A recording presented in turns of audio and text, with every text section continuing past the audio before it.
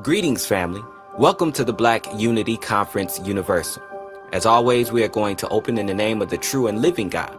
He is known by many names. The Jews refer to him as Yahweh or Jehovah. The Christians refer to him as God Almighty and acknowledge his spirit is known by many names. The Jews refer to him as Yahweh or Jehovah. The Christians refer to him as God Almighty and acknowledge his spirit is known by many names. The Jews refer to him as Yahweh or Jehovah. The Christians refer to him as God. We are informed that all of the most beautiful names are his, all of them. Surah 20 ayah 8, as also stated in the Bible.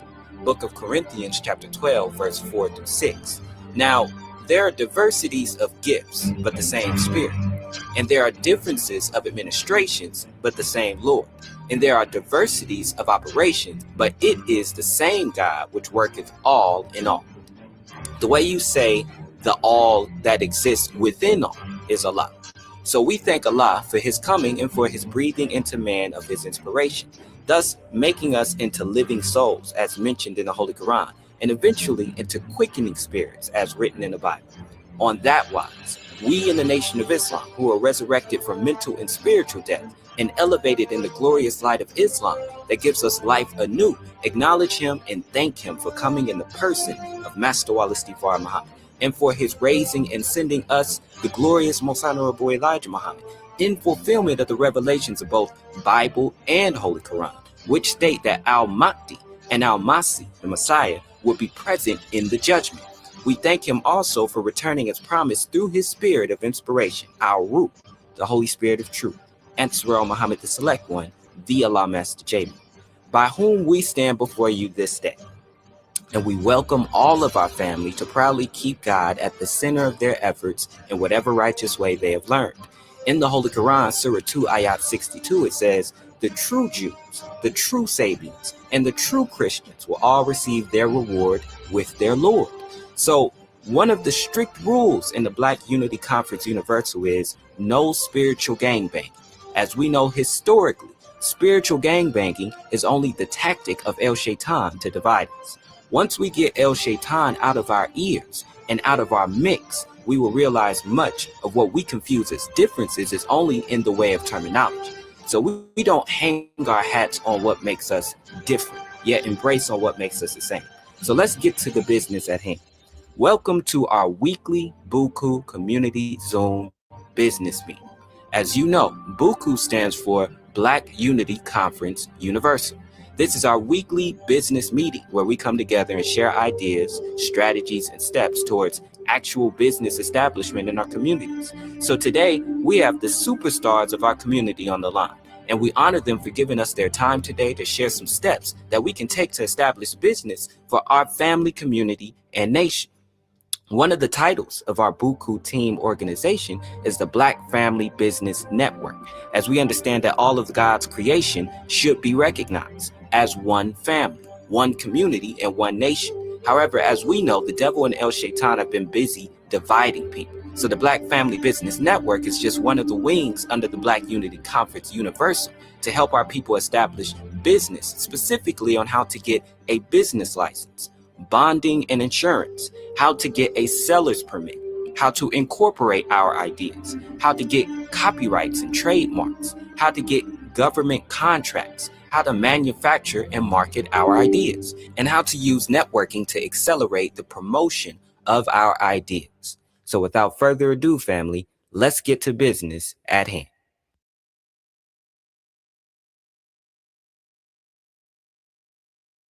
Welcome, family, back to our Black Unity Conference Universal weekly business meeting. Today is April the 14th of 2026, and we are so thankful and blessed to be on the line with our family today. Trying to get my camera to work, but while I work on that, we can get some reports from our family. First and foremost, today, the jewel of this month is peace. And so we want to discuss peace in all of its beauty and all of the ways that we connect with it and what true peace is and how we can cultivate that for our environment, for our community, for our people, for our children in a real and sustainable way. BUCU identifies peace as the state of established existence in the atmosphere of the 12 jewels, emphasizing the essential power of harmony and balance in everything that we do. And so I know that we have some amazing members on the line, and everything that you all do already embodies the power of the true essence of peace. And so we want to hear about how you all do that each day. And so we will start with Answer Demise. Answer Demise, if you can share with us how this week has been for you, your goals for this week coming up, your input on the jewel of peace, and how you deal with peace or how you work with peace or spread the essence of peace to people around you in the work that you do. So we'll pass the line to Answer Demise.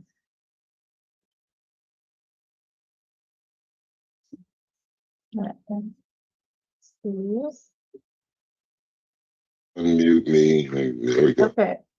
Yes, we can hear you. You can hear me now.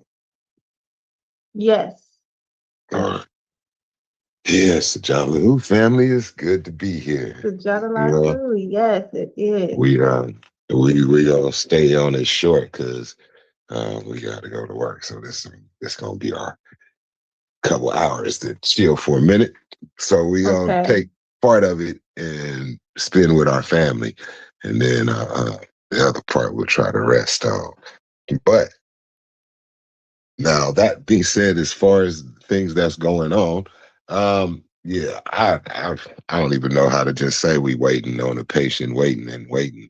Um, but what I would like to do is after, maybe not today, maybe tomorrow, after I talk to Sister Yandi, we'll give you a call and see Okay. about making arrangements to like maybe set up everything we need to go Okay. forward. So that if they do hit us with the confirmation, then we could just throw out all the stuff we want, all the bids and stuff Yeah. that's there.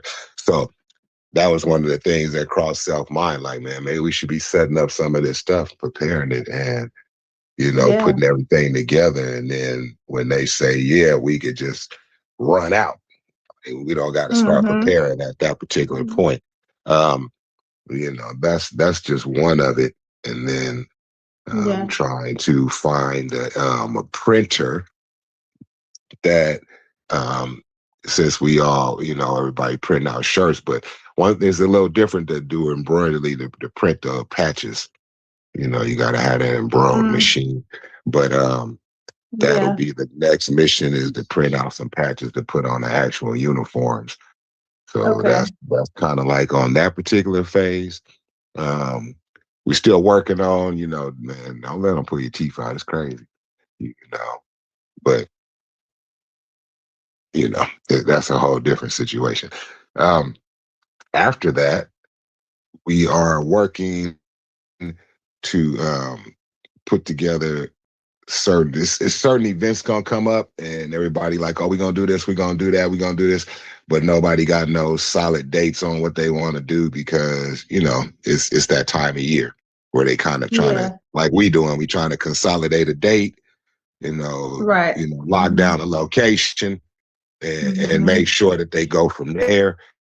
And then everybody's trying to finish up their music and stuff like that. So we are Yeah. in that particular part of the position to deal with that. And so we want we'll move into our particular part of the subject for the month, with which, you can't be more, God can't put more on your mind at a time like this than to have a subject be peace, Right. because in the times that we are living in, if all you can think about is what's going on in the world, then your mind is in a Mm-hmm. turmoil. You know, you That's wake true. up, in disarray, and you wonder what's going on, and you try to lay down and get some rest, and you wondering why you're so anxious, because there's so much Mm. stuff stirring around you. And most of the stuff that's stirring around us is negative. So we got to really think Yeah. about that particular part.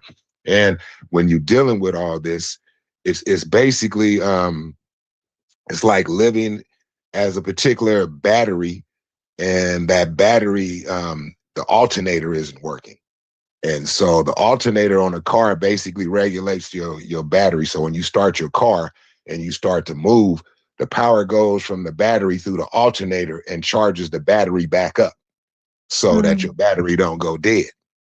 And Yeah. so that alternator for us is really allowing. You see what I'm saying?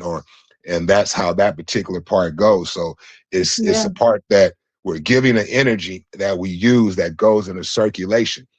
But what happens is we start to lose focus and we get more in focus on all the negative things and less focused on the positive things. And so when you start talking about having peace inside and peace outside and peace of mind, and Yeah. so all these kind of things that we need to be able to have has to be a balance because yeah, there is a lot of negative. And since there's a lot of negative, there has to be a balance of positive that's going along with that. So you can't Yeah. just you can't just come home and be like, oh yeah, I thought one positive thought, now we good. When you've been basically fighting off 200 negatives. So, Yeah. you want to be able to put yourself in a position, well, the creator puts you in a position to be able to relax, to be able to focus, to be able to rejuvenate your spirit and your mind and even your physical. When you go to sleep, you're trying to rejuvenate your physical. When you go to sleep, your Yeah. mind is still moving and moving and moving. And so that's why your eye movement is still moving because the mind is still going. And so at Mm-hmm. some point, the way we rest our mind is through meditation and through prayer and Yeah. through just sitting still and breathing as Africa is always attempting to teach us to be able to sit and breathe correctly. And it's crazy because I remember Brother Bay saying something about somebody was teaching him back then about if he just was to sit and breathe correctly, a lot of the woes that you deal with would go away. And so Yeah. that's kind of just a part of how it is right now. We want to make sure that we gather certain things. They don't necessarily have to be Mm-hmm. physical things, but we want to gather certain things around us. Um, you got books, get your certain books, read every night before you go to sleep. Read Yep. read what's positive for you. You know, every day that you sitting there and you got 5 minutes and you're like, oh, I ain't doing nothing. Stop and have a positive prayer. Stop and have a positive thought. Stop and think something that's going to be motivationally positive for your spirit, because Yeah. you are being bombarded with Mm-hmm. with the death rays, you know, and it's a trip because when you really look at it, people around us are they're getting caught up in all the lies and all the deception. So you got people that are really like falling victim to this particular mindset. And you know how they say misery loves company. It's not necessarily misery loves company, but when people are miserable and they see you aren't miserable, Yeah. sometimes even without trying, they'll just make you miserable. It's because they're attempting to draw energy from you to help themselves. And so Yeah. you got to keep that in mind too about who you hanging out Mm-hmm. with, how you hanging out with them, who you talking to, how long you talking to them, because you can talk to somebody that's negative, but you can't spend a lot of the energy letting them just zap you out Yeah. of who you really are. And so Mm-hmm. that's kind of like, what it is into a certain sense. We're taught a peace of mind as followers of the Most High Elijah Muhammad. We are we're like kind of programmed to Yeah. almost feel like, 'cause just to be able to say all praise be to Allah and the person Master Farah Muhammad and his messenger, the most glorious son of Elijah Muhammad, and the Holy Spirit of truth, Master Farah Muhammad, the select only Master J, to be able to have something to go to and grasp onto, where a lot of people don't have that, Yeah. is really like a whole deep subject for us. And it gives us I don't want to say a false sense of security, because it gives us an actual sense of security. You hear brothers in Mm-hmm. the nation like, oh, I'm not armed. I'm not tripping. I go do security. I do all these things. And I feel like Allah is watching over me. No, I know Yeah. Allah is watching over me. And so in that sense of knowing, that's a part of of just having a positive mindset to know that things have gone a particular way, we still here. Yeah. Things aren't looking that great. That's okay. We're not sad. We ain't crying. We shouldn't be crying about the way that the world goes, because God has given us a plan on what he was going to do, how he was going to do it, how he was moving through it. And so the statement comes out to, if God is moving this particular position to go a certain way and causing America to fall, and you are rooting for America, whose side are you on? Right. You know, gotta stop and ask yourself that. Whose side Yep. are you truly on? Because if you're rooting for the enemy of our people and the enemy of our God, in the sense of that mindset and things that you are taught, whether you Christian, Jehovah, whether you Buddhist, whether you Muslim, whether you see what I'm saying? Doesn't matter. Yeah. You're taught the enemy is the enemy, and he's described in all these different places and things, and they all come out to a particular entity of people. And if you're rooting for the enemy to win, then you got to think about whose team you're on. And if you're so afraid about where you're going to get something from because you've been with the enemy so long, he's been feeding you and feeding you and feeding you for so long that you think you're going to starve without him, then you really don't believe in the things that you say you truly believe in. And you might need to back up and take a better, evaluation of what you think you know, and re-know it. Because that's just kind of how it has to go right now. You can't say I'm with God and God is destroying them, and you go, oh God, don't destroy them. I live with them. You got to be like, oh God, you destroying them. Well, where's the window you told me to climb out? Because I'm sure it's a window. Oh, there it is. You see what I'm saying? The doorway just opened up for you. So that's the kind of mindset we have. We feel like no matter what goes on, no matter how it go, Allah watch over us. No matter what goes down, he's still holding us in elevation. No matter how it come back around, he got our back, our front, our side, our up, our downs, and all around. We're in a bubble of a 360 of love. And so with that 360 of love, it brings us a certain peace to our soul and a peace to our mind to be able to just know it's good. And so with that, I say Sajalahu. Yes, sir. Sajalahu. Good teaching. Yeah, that's excellent. We can schedule some time, preferably this week. We can see how that works out. But yeah, we can schedule some time to go over the bids that are due. I think the next security bid is due in May. So yeah, that sounds good. And then we're going to be bidding on a janitorial account for Contra Costa County. The locations are in Concord, Brentwood, Oakley, and Antioch. And it's the Contra Costa County Water District. So we're going to be bidding on that. Preferably, if we win, some job positions will be opening up so that we can hire some of our people to do that work. And so yeah, so we can work on those at the same time, kind of together, and get some templates, and that should be pretty good. All right, let us continue, get some more reports from our family on the line. I see Sister Francine with us, the beautiful Sister Francine. Oh, there goes our baby, Suhaila. Sajalallahu. She's so pretty. Sajalahu. Sajalahu, honey. How are you? Good. That's good. We're going to be seeing you soon, preferably before summer. Okay. Okay. So to our beautiful Sister Francine, if you can share with us how this week has been for you, some of your goals for this week and next week, and how everyone on the line can support you, and also your input on the jewel of peace, and just what true peace is, and how we can share that with members of our community and our everyday work with the community. What can we do to spread the truth of peace and the essence of it with our people? So we'll pass the line to Sister Francine.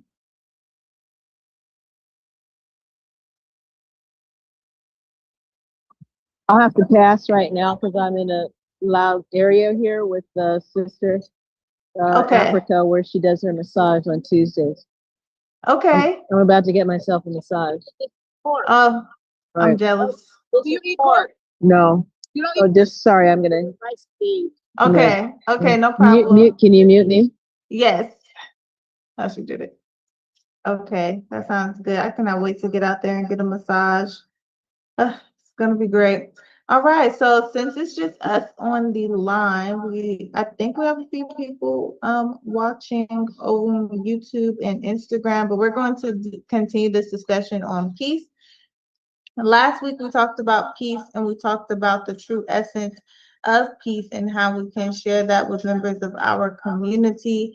This week we can look at some of the videos that we found from some of our people who have repatriated to Africa and just what they say about the sense of peace that they feel, because it's a theme amongst our people who repatriate to Africa.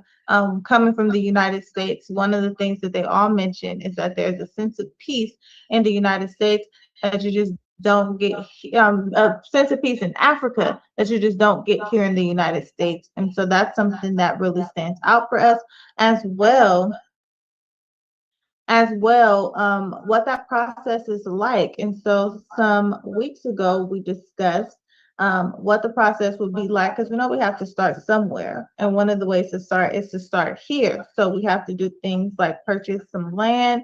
How can we start something that's similar to a mobile home? We've had multiple members on our team who are experienced in purchasing land and also in purchasing mobile homes and putting mobile homes on that land. And we looked at some examples of some communities within the United States, with Black communities where they built tiny homes and invite people to live. So we can look at that, and also some of the issues that could arise, because we also want to be mindful of the roadblocks or issues or things to just be aware of. So we're going to share our screen 1 second.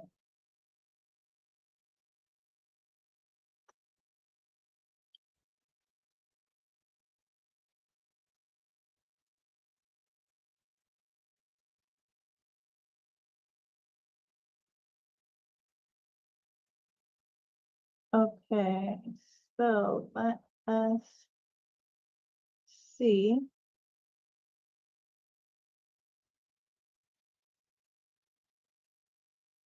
Where is the video?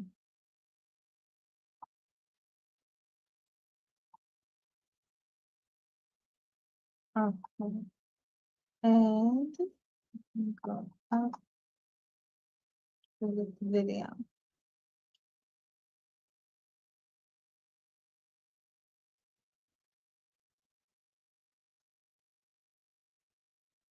Okay, that's not it.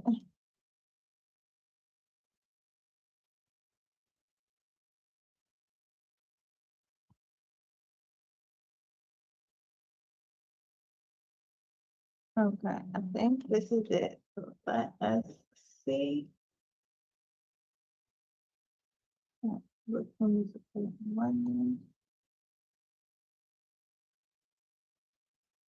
All right, so the first video that we have is just looking at the possibilities of what we can do with container homes. These container homes are supposed to be easy to build, as well as good for us to consider, but sometimes, the mind doesn't really expand to what the possibilities are. So one of our members sent this in to us in regards to an example of a container home and just the possibilities of what you can do with the container home. So we're going to share.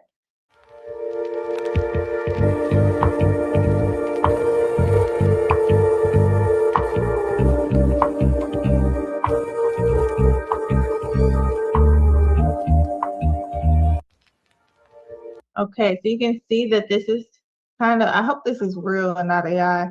But you can see, we've seen also documentaries of people walking through and doing tours of homes that are built with containers, shipping containers, and they can be built out pretty big. It's supposed to be more cost effective. They can be insulated. They can have all of the things, and it's easier to construct. It's supposed to be easier to construct.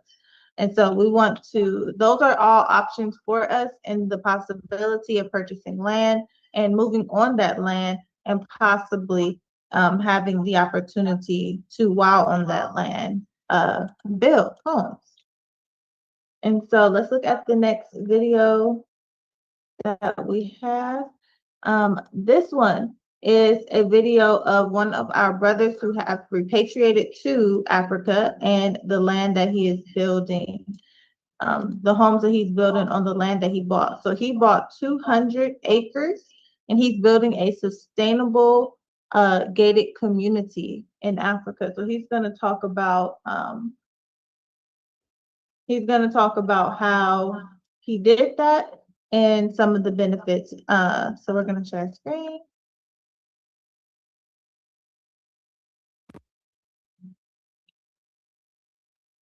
So let's take a look at what you have over here. So basically, when people come to us, virtually all of our buyers so far from the diaspora. Since we started this 2 years ago, we sold over 60 homes, and virtually everybody has come from the diaspora. Okay. And typically, they are Ghanaians living in the diaspora. Okay. And what they're looking for is to be kind of off-grid, to be outside the city, to be in a community that's self-sufficient, just like my original house was. And so basically what we're selling is a lifestyle. Okay. And in this community, some 200 acres, you know, we'll have an organic food forest and edible landscaping around all of the homes, which means that everything planted around your home is either edible or medicinal. Okay. So we're a completely self-sufficient community, gated community, and we'll have amenities like swimming pool, tennis court, wellness center, you know,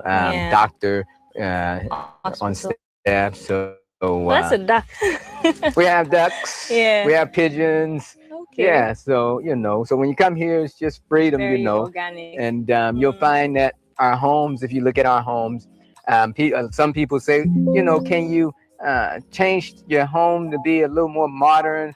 And but they don't understand that the home is designed like this for a reason. It's actually what we call energy efficient, extremely energy efficient, because you have a sloping roof, and that sloping roof allows for optimal solar collection for the solar panels, and it also allows people to do rainwater harvesting. Right. And you know, and you have high windows that allow the sun to shine, so you don't have to turn your lights on all the time. So it's very energy efficient. Okay. So you're off-grid, meaning you don't have electricity, so you have grids all through. There's no connection to the main. That's right. All of the homes will have solar. Okay. Yeah. So the ECG doesn't even come back here yet. It's quite far. So yeah. So we are completely self-sufficient. All right. So let's check out. Let's walk in here and then see what you have. So what's the size of your typical plots in this community? If it's on a single family detached home, it will be 80 feet by 80 feet. Okay. Now, if they are purchasing one of our larger models, which is a 4-bedroom single family detached home, it's 100 feet by 80 feet. Okay. You know, now if it's like a duplex, the duplex comes on like 100 feet by 75 feet plot. So that, of course, will be split because you have 2 units on it. Okay, so I think we'll talk more about the different unit types and then the prices a little bit later on. Okay, so this is your walkway. Yeah, so just come into the walkway. Maybe on each side. Couple of stairs, and then we come to your... Okay, so let's talk a bit about the structure. This is built out of earth block. So even though you can't tell, but it looks just like any other wall. Yeah. Because once you plaster it, you can't tell, but it's built out of earth block. So you could have left it exposed. Now here's the thing is that you really shouldn't leave it exposed. Okay. Because there's a difference in, you know, in the West, a lot of times you'll see the bricks, they've been baked in an oven, and you can leave those exposed. Okay. However, these compressed earth bricks, they just sit out in the sun, and that's how they're cured. Okay. So they're not as strong as a baked brick. And so if you leave them exposed over time, the weather will weather them away. So it's best to actually plaster over them. Right. But you still get the advantage in that you know, because it's like a modern mud hut. It's cooler. So when you go in, it's a cooler home. Right. So. Right. And then you pasted and finished it with. Now, you can sell physical products on Amazon and compete with thousands of other people selling physical products. This is a textured paint. Okay. Yeah. So a lot of people, they contact us and, you know, they say, oh, why are you guys using stucco? Because stucco has a bad reputation, and we have to explain that this isn't stucco, it's just paint. paint. Yeah, it's just texture paint. Okay. Yes. All right, so this brother is doing some great work. But we do want to, this video was 2 years ago, so there is a more recent video that shows his progress. So let's all right, guys, so today we are traveling all the way to the eastern region of Ghana, a city that is about 2 hours drive from Accra, the capital of Ghana. And there is a man that is here in this city called Somenya. And this guy traveled all the way from the United States. So you can see there in that clip that he's made much progress in these 2 years. There's 1, 2, 3, 4, 5, more than 6 homes now on this land, and that's always something that stands out because our people are weary of scams and the idea that they will invest their funds into something that doesn't produce or never comes to fruition.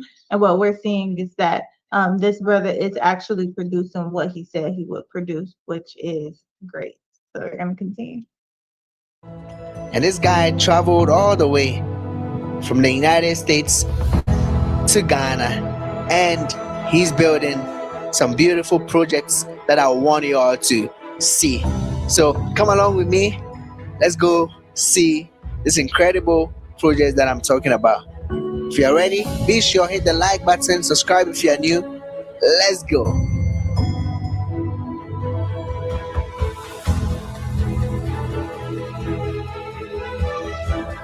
All right, so here you go. I'm here with the CEO of this whole project that you see right here. There's a lot of sustainable homes that are here, and I want him to introduce himself.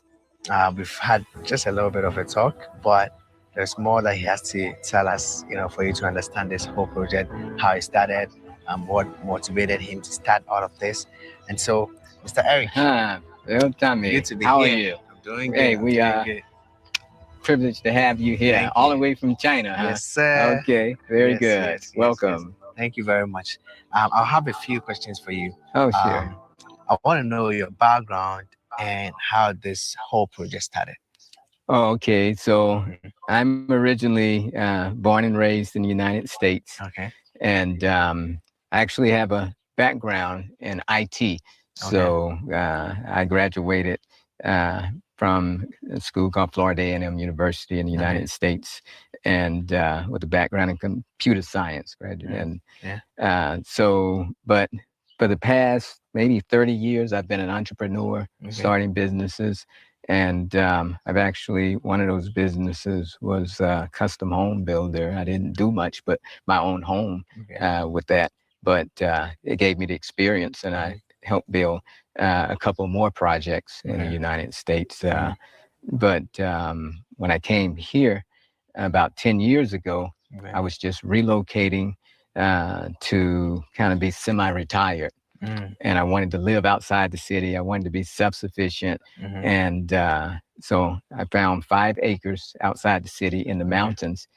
And I built an estate there, which was, you know, my home, organic farm, had my own solar well. And then I went and decided to sell that home. And we put it on the internet, and I had one of my friends who's a YouTuber. He put it on his channel, and it sold in about 10 days.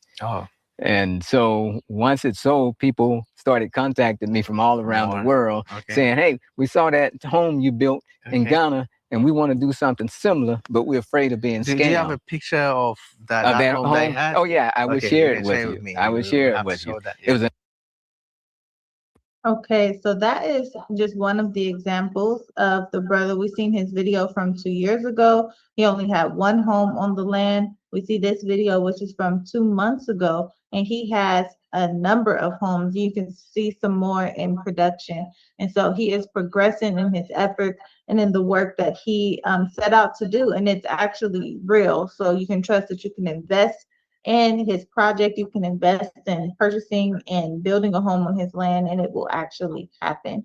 And so that is something that is very beautiful and something that we want to package up, that package, that platform, and that process of being able to move to your own land. Like he said, first he did it in the States and then he did it in Africa. And so that pathway is very important for us to be able to know how to do it in order to do it successfully, because, you know, there are people that we can learn from who have experienced the ups and downs of purchasing their own land, building on their own land, and then moving eventually to Africa. And so we want to get some more input. I see our sister in South Africa on the line. I'm not sure if she's available to give us any updates on how this week has been for her, and any work that we can all support you in, and also your input on the Jewel of Peace. And experiencing that peace, like in the videos we just watched, by understanding what true peace is and then being able to seek that out. But we know that environment is stronger than our nature, which is why when we see people repatriate to Africa, we see them have a better sense of peace because of the environment. And so we want to get some input on that as well. And South Africa, are you available to give your report?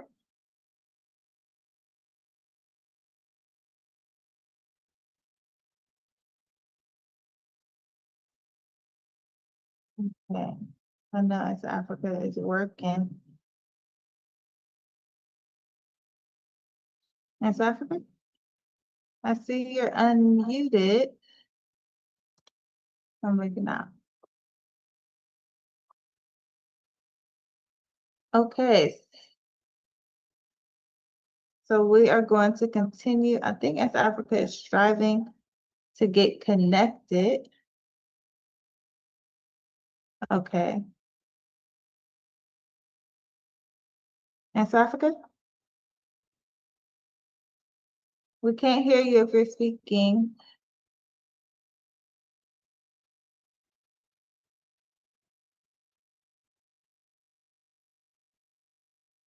Nope, still can't hear you.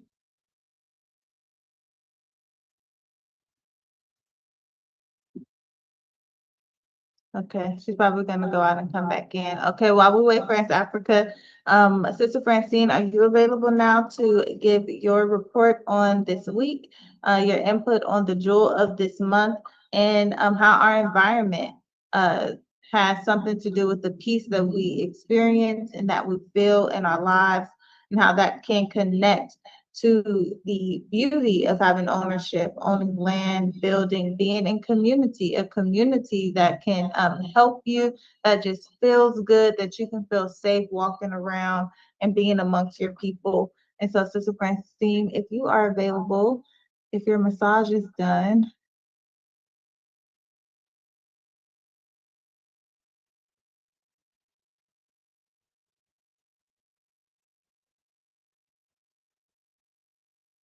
Okay, Sister Francine must still be getting that great massage from Answer Africa. So prayerfully, Answer Africa is able to get back on and join us for this beautiful discussion. Yes, can we post the link of the video we just watched? Yes, we can. Let's see. I can share it actually. I'm gonna share the link to the video that we just watched in the Instagram chat. And this brother has he has an Instagram, he has a Facebook, and you can look more into him and the work that he does. And he already has people who are purchasing land with him, purchasing homes with him, and getting ready to move in. So that's something that's very beautiful. I'm going to post this link on our Facebook as well. So if you go to our BUCU Facebook, you should see the link to this video posted.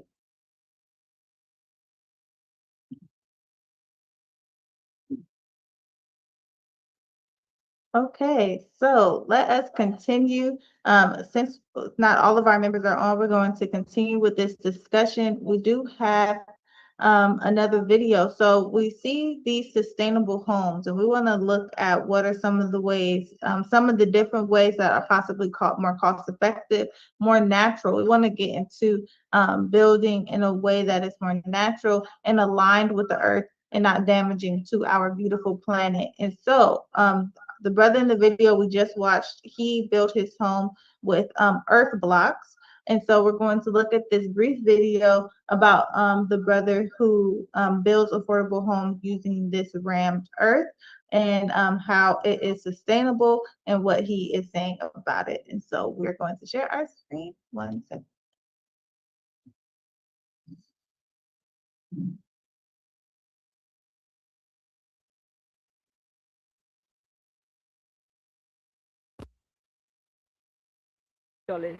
Yeah.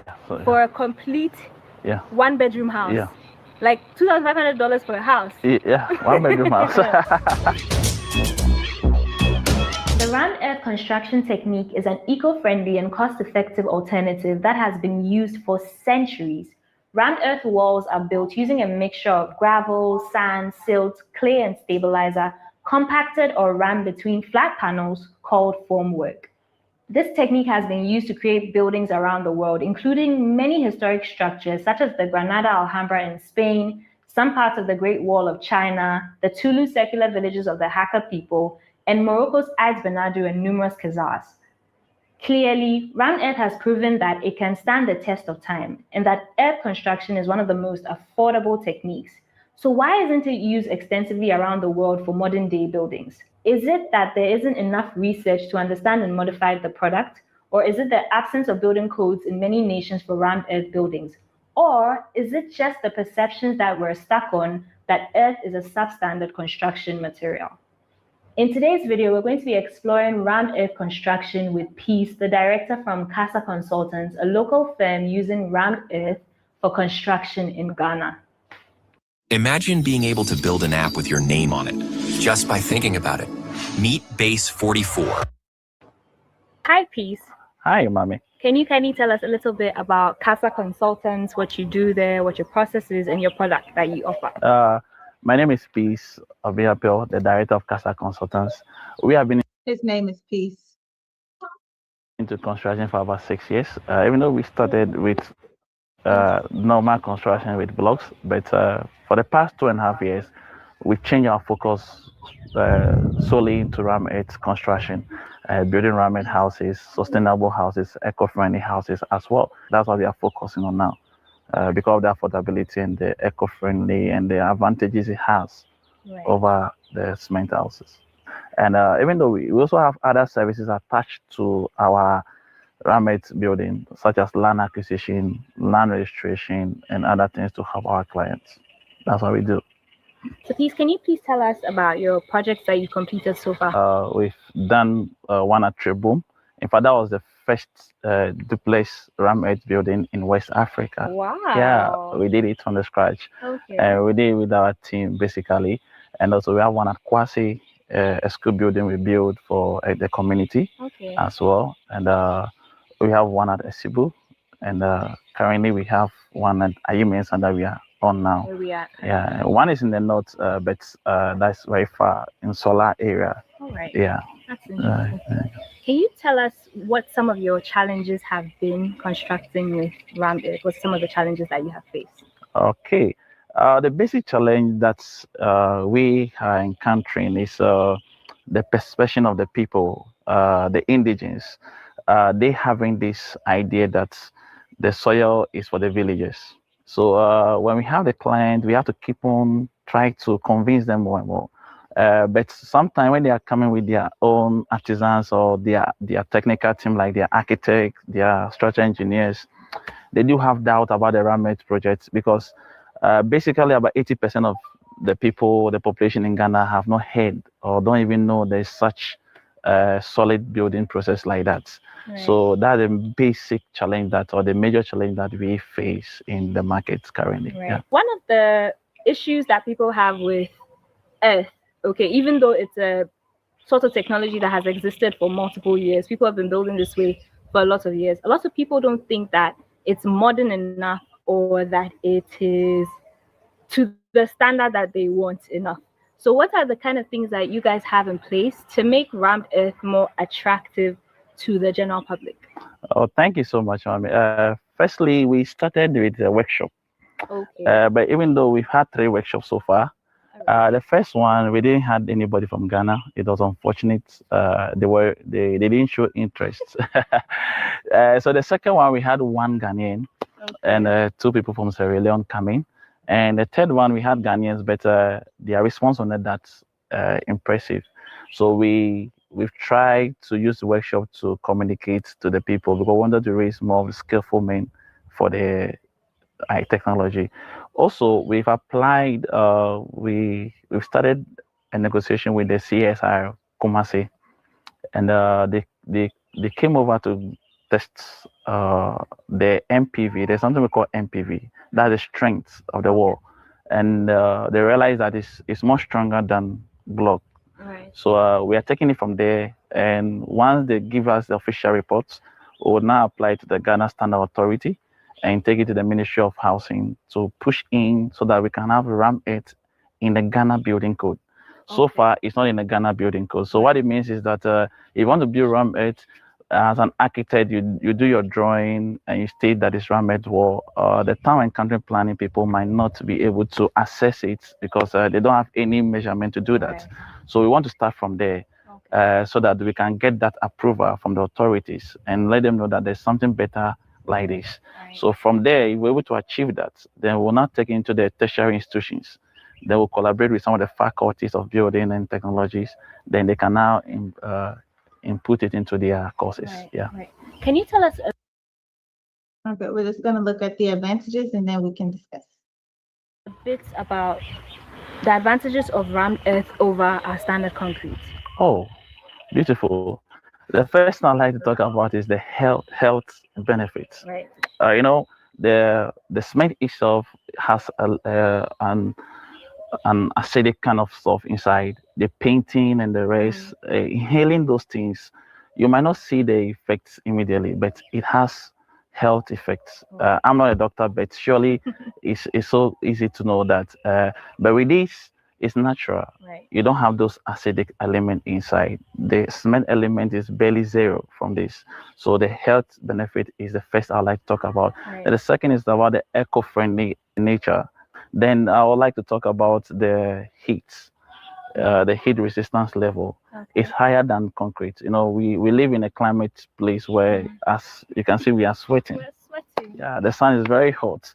But you see, with this, if you have this Rammed Earth as your wall, Or when you can use So, so those are some interesting benefits of sustainable rammed earth. So he built homes with rammed earth. It's more cost effective. He says more healthy and more sustainable. And something that really stands out when we look at some of these, some of the methods used, especially in ancient times, that people look down on when it comes to Africa. But it makes more sense that building with the supplies that we have here on Earth that are healthier, that aligns with our planet in a more significant way is better for us. However, we do know that we are coming from this modern environment, this modern world, and we are interested in a certain look. So that's why we looked at the other brother first, because he's building homes with earth bags. So it's like rammed earth, but it's in a bag, and then he paints over it to have the style that he wants.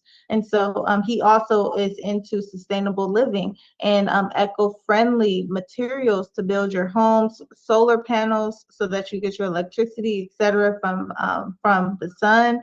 And so these things are things that we want to be educated about so that when we take off or begin our process of learning to purchase land, build our own homes sustainably first here in the United States, we can know what options we have when eventually, for those who want to repatriate to Africa, that these things are possible.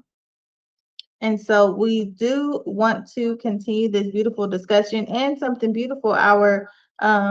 Our jewel for this month is peace, and the brother who was just speaking about the affordable homes, his name is Peace.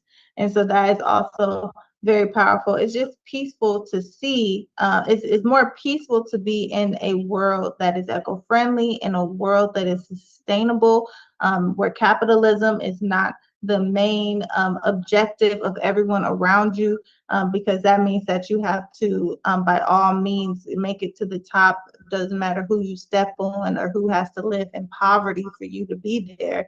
And these things is what the original people who, the original man and woman of this planet, we didn't have a system like that. Everyone should be able to eat. Everyone should be able to have a place to lay their head. And if it becomes a point where the process of building homes and having a vehicle and having gas is far too expensive to sustain everyone having these things, then something has to change.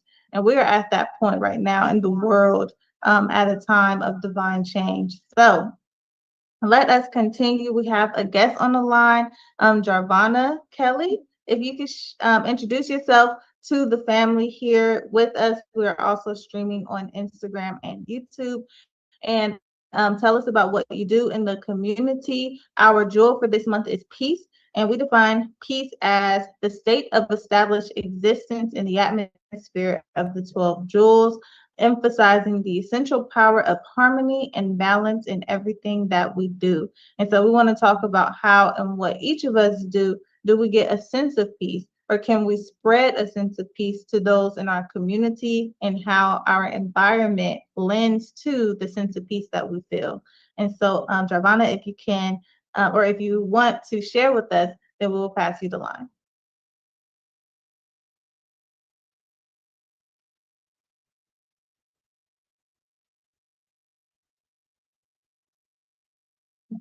See.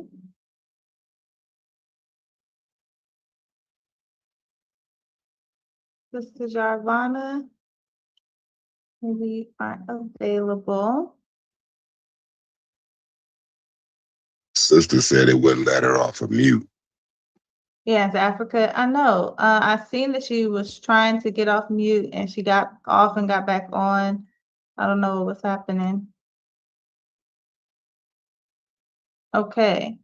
Okay, Sister Jarvana, if you want to share with us at any point, you can just unmute and share whatever you would like, or any of your input on the things that we speak about. In the meantime, we want to discuss a little bit about what we've seen.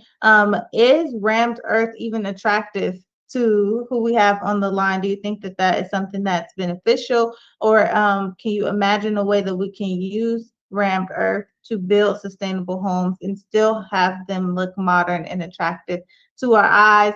And just the benefit of being able to have our own land, have our own homes, and be sustainable, and not have to rely on the systems that have for a long time plagued us with debt and economic slavery here in the United States. But there are options here and abroad to get out of that cycle. And so, yes, answer the mind. You know, self is really more like curious about purchasing the land itself. That's really like a big part of the process, because I see some of these family members is out there purchasing like 100 acres or, Yeah. 200 acres. If it's available like that, then it would be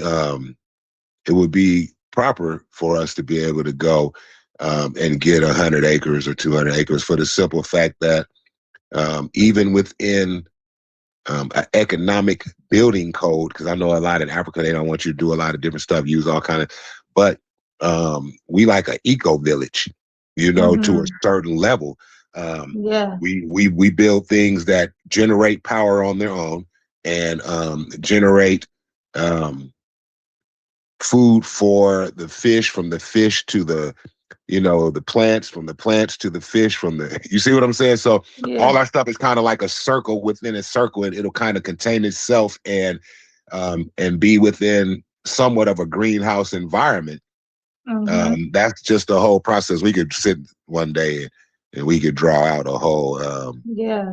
a whole thing. We already have like an idea, and we also know about organic, the fishing, and how to make the the particular ponds and all the stuff. That's a whole easy process to deal with. It's probably easier to think it up than it is to build it up. But once you really can visualize it, then you can do it anyway. So but the mindset of getting the land, because think about it, like we could build our houses underground. They don't necessarily have to be above ground to a certain level, maybe a certain part of it, and so it just depends on what the land itself looks like, how much we could purchase, where it would be, how far away from water and civilization would it be to a certain level, because you don't want to be far from the ports, but you don't want to be right at the ports either.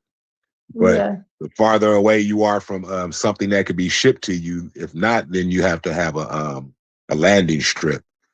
And so, then you got to start thinking about planes and cargo planes and stuff like that. That was one of the reasons why Self said that once we get the business going, we'll create a funding to get pilots.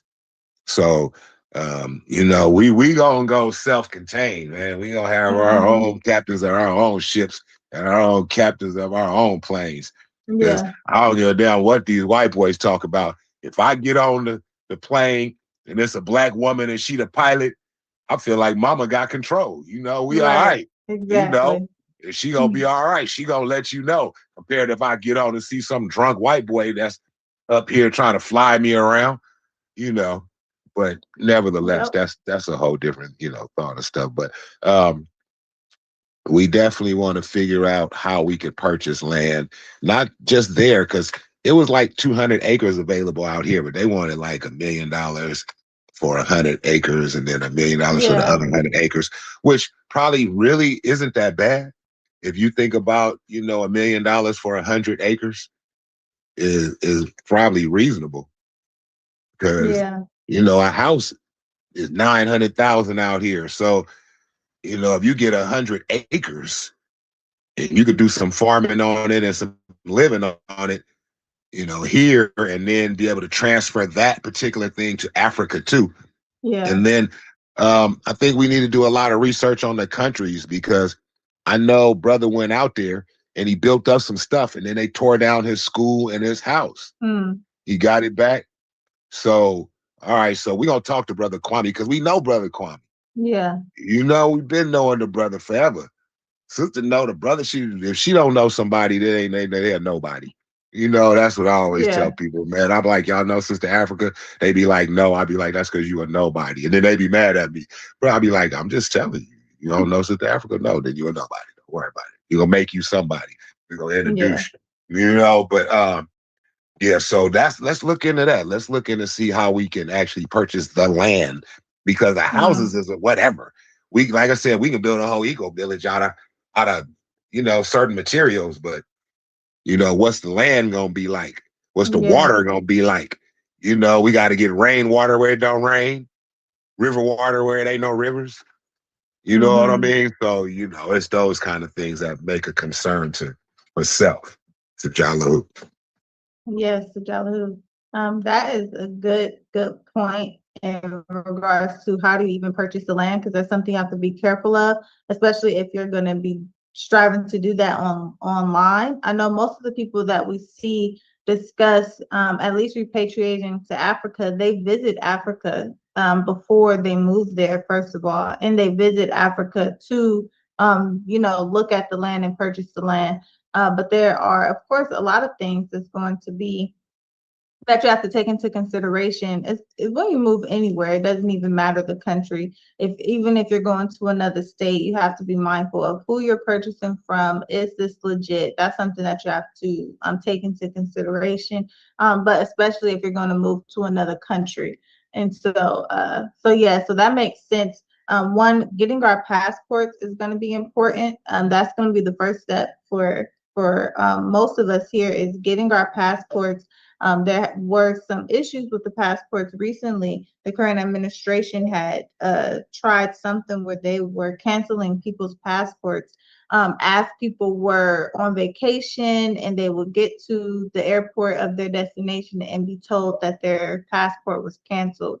And so the idea that getting a passport could possibly be more difficult, especially with the global political landscape right now, is a possibility. So it's important to get our passports as soon as possible. Our family is doing one passport a month so that we can get those passports in. They're not too expensive, but everything, the economy is also bad, so you have to budget it, which makes sense. But getting those passports are going to be important. And then learning about how to even get to Africa. There are some vaccines that you have to consider.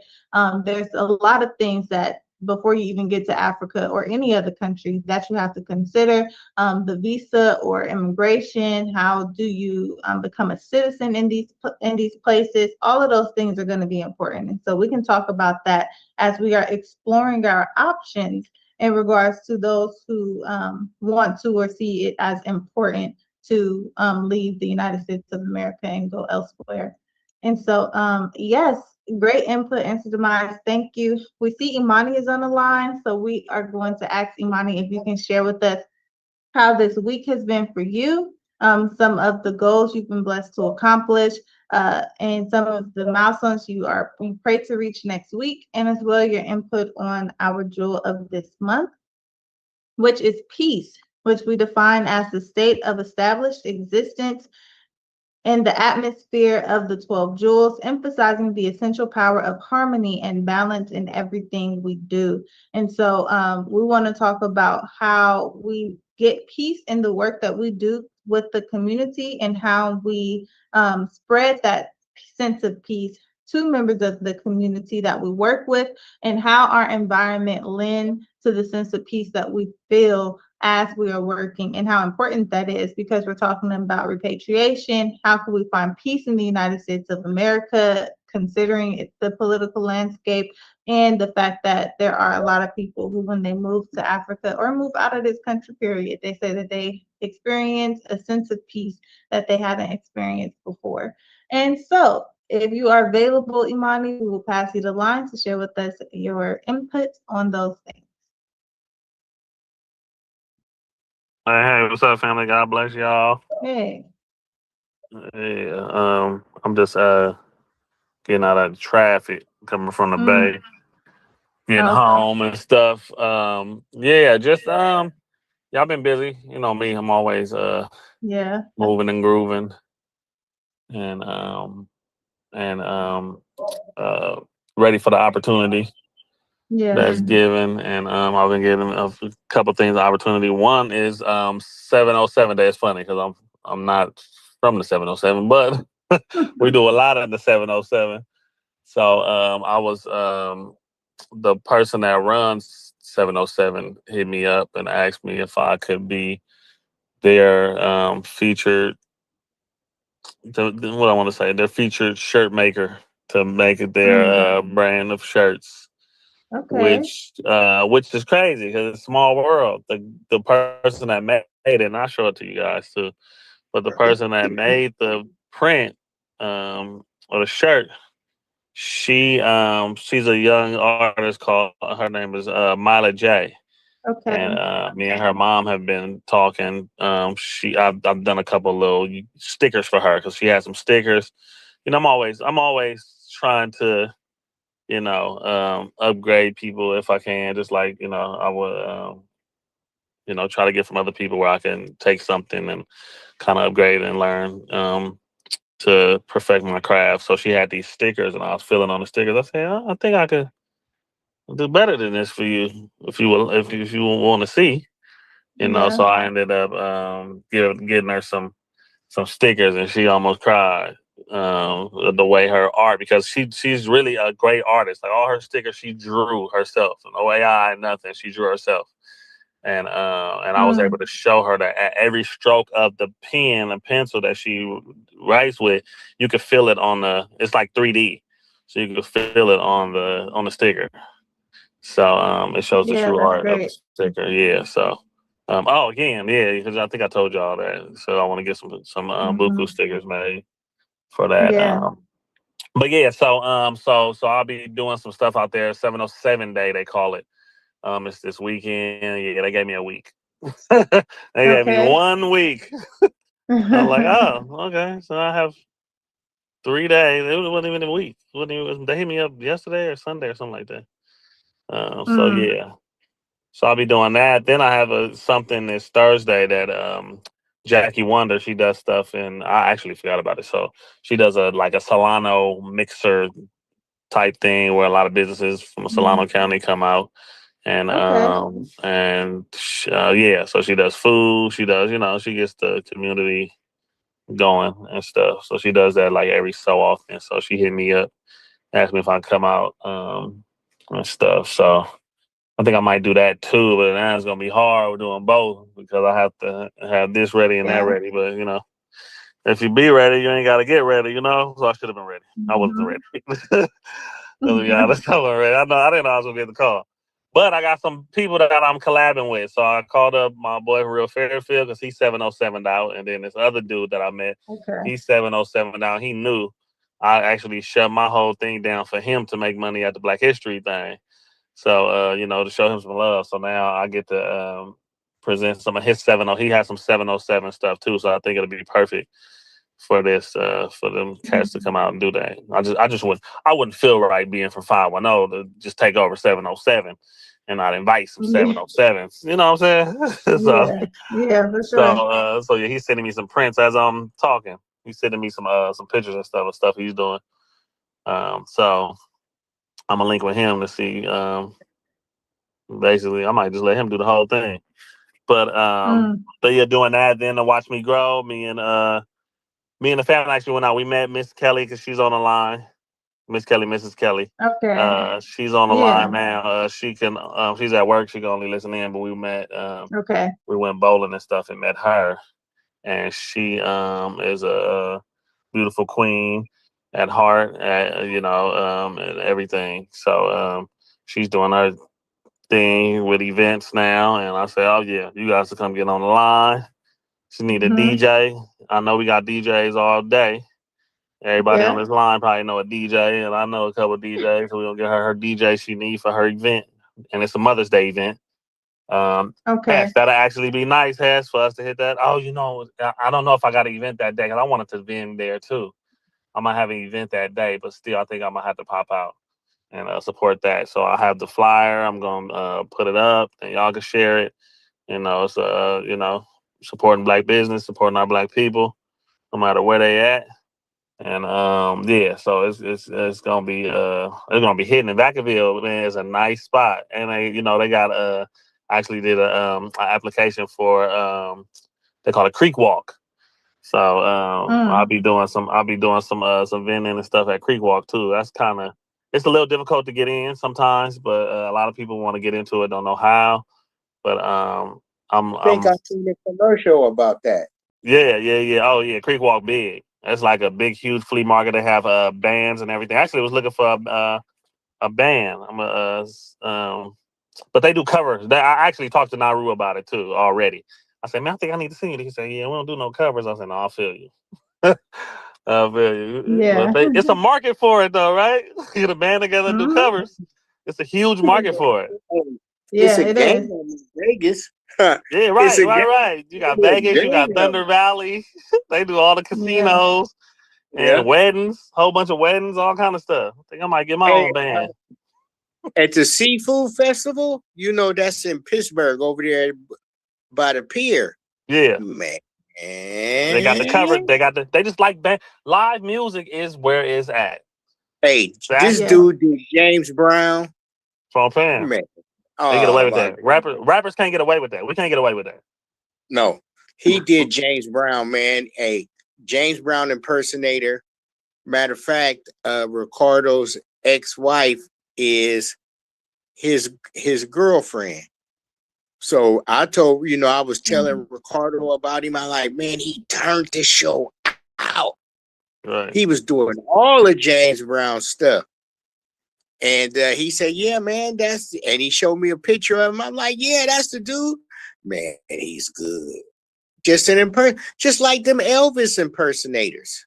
Right. Oh You know, man, Yeah. how much money they made Michael off that? Jackson, Michael Jackson, Prince. Oh, see, you too I young. met some of But no, them. I met some of them in Vegas. hey, remember the dude that dressed up like Prince walking around Eastmont Mall? No, that's funny No, though. see, yeah, I You was see how many hoping, right? I was like, wait a minute. I was hoping that you was closer to my age, but yeah, I know. Was Soul Beat around at that time? Because I was around that But yeah, time. Soul Beat was the bomb, nigga. Don't talk bad about Soul No, Beat. I'm saying. I was Hey, just that was saying. our entertainment. You couldn't even see the people. The screen was all messed up, but they was us, and we Right. watched Oh, us. Soul Beat was right now for real. Yeah. You know, I couldn't see them.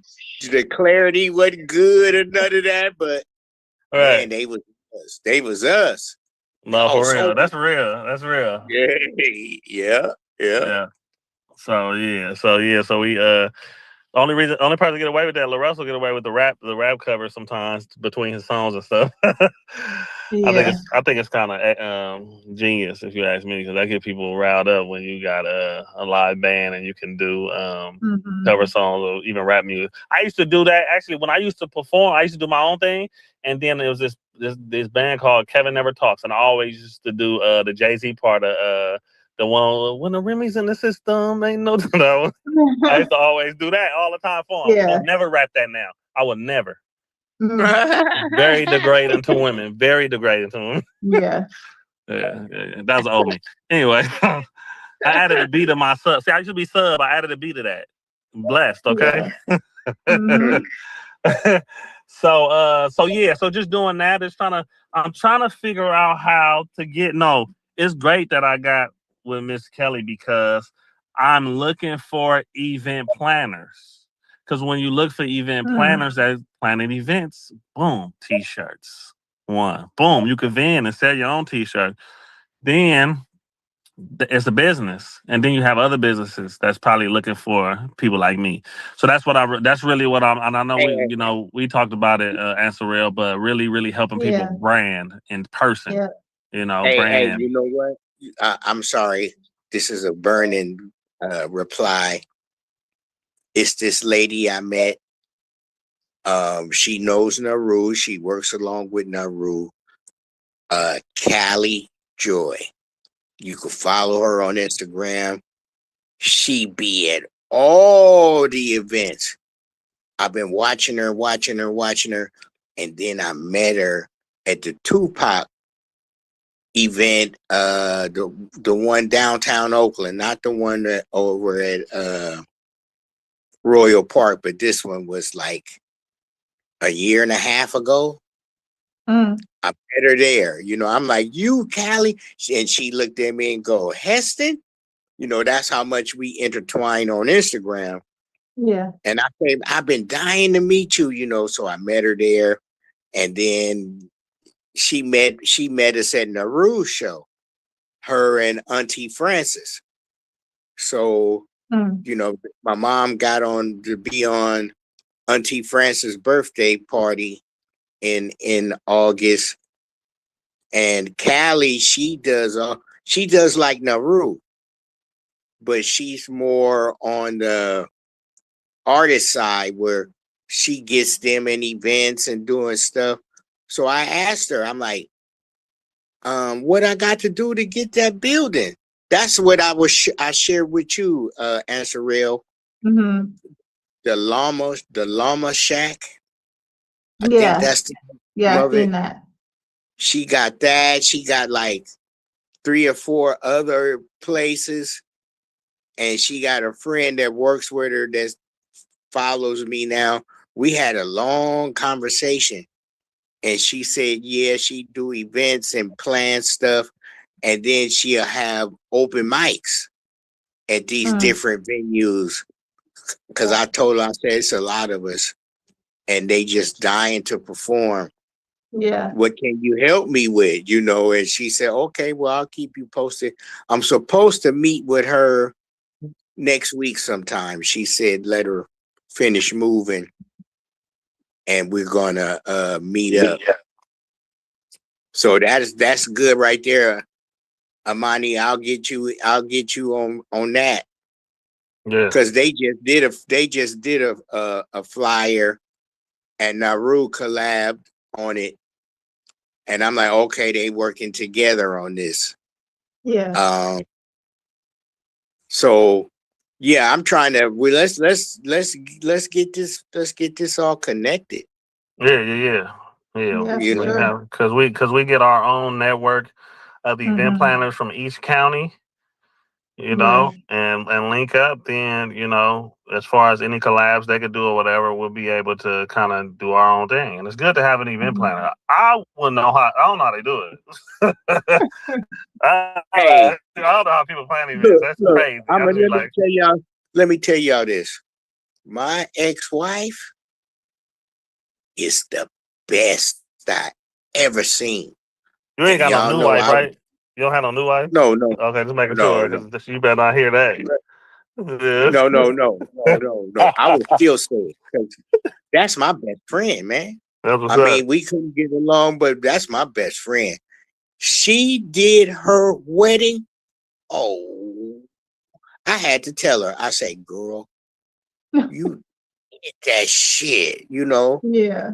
Um, it was at a club in Stockton at the over on a golf course and winery.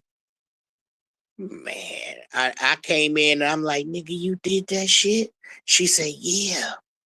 I'm like, fuck, this the best wedding I ever been to. Hey, and that's Yeah. funny because it's my ex-wife. You know, I'm like, Mm-hmm. you did that shit, but that's how we are. Family. We family. Yeah. Hey, she got me out them streets with one sentence. I asked her, why you doing this? And she said, I can't stand to see the father of my son go down like you. Mm. I was drug free after that sentence. You Yeah, know, that's what's up. Yeah. for her to chase me down that weekend and catch me.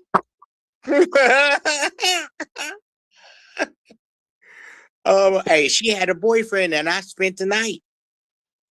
Mm. Got me shaved up, cleaned up, and took me to a program. And when I got out of the car, she said that shit. That's love right there. You Yeah. know, we still laugh and talk.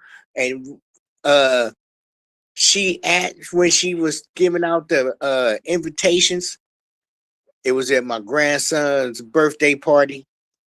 And I say, man, what you talking about? She said, oh, my wedding. I'm like, make sure you got me and my mom. And she looked at me and she said, you want to come? I'm like, man, the fuck? We bigger than that. And she looked at me and was like, you right, you know, and I was there, you know. I sat with her daddy. I slept, you know, so that's how close the family is. Yeah. Man, hey, and then she did a baby shower. She got the big ass like circus tent and had that up and had the table and chairs. And her foster kids, what she called her kids, they was all dressed alike. And they was the servers and doing all that stuff. I'm like, damn, nigga. I'm like, that's your job. That's what you should be. That's how good she is, man. You know, she said, do it from time to. I'm like, no, man. You got the vision. You know, because I deal with a lot of event planners, wedding planners, because I did a lot of wedding receptions, a lot. You know, if you go, Amani, if you Google it, you will find 10 event planners in the area. No. I got to find them in person. No, that's what you do. Run into Google them, them. call them. Google them and call them in the area, dog. Listen to me. in the area. Google them and go meet them. No, That's no, but what I you think the do. walk. I think the walk and run into them is like make it like a divine thing. You know what I'm saying? I feel you, but what's the date on the divine thing? You Oh understand no what no I'm no no saying? no! I'm just saying. No, I was just saying as far as just period. In Are you general? talking about? Yeah. As far as event plans, yeah. No. I was just saying in Oh, okay. I general. thought you was No, but I talking about definitely. in the near future. No. Okay. No, we good. My We bad. good right now. Okay, my bad. I got one now. I don't need to go nowhere. We got some. Well, so why we talking about this then? Shit. We ain't We gonna say could have why, been but talking about look, something else. we ain't gonna say why anyway. Right. But you know what? Um, Since I'm talking so much, let me tell y'all what happened. I got to tell you what. Y'all know we had an accident. And we went to the chiropractor. It's all a money making scheme, y'all. Oh, well, yeah, for sure. Oh my God, it's a factory. Do you know how I go to the chiropractor?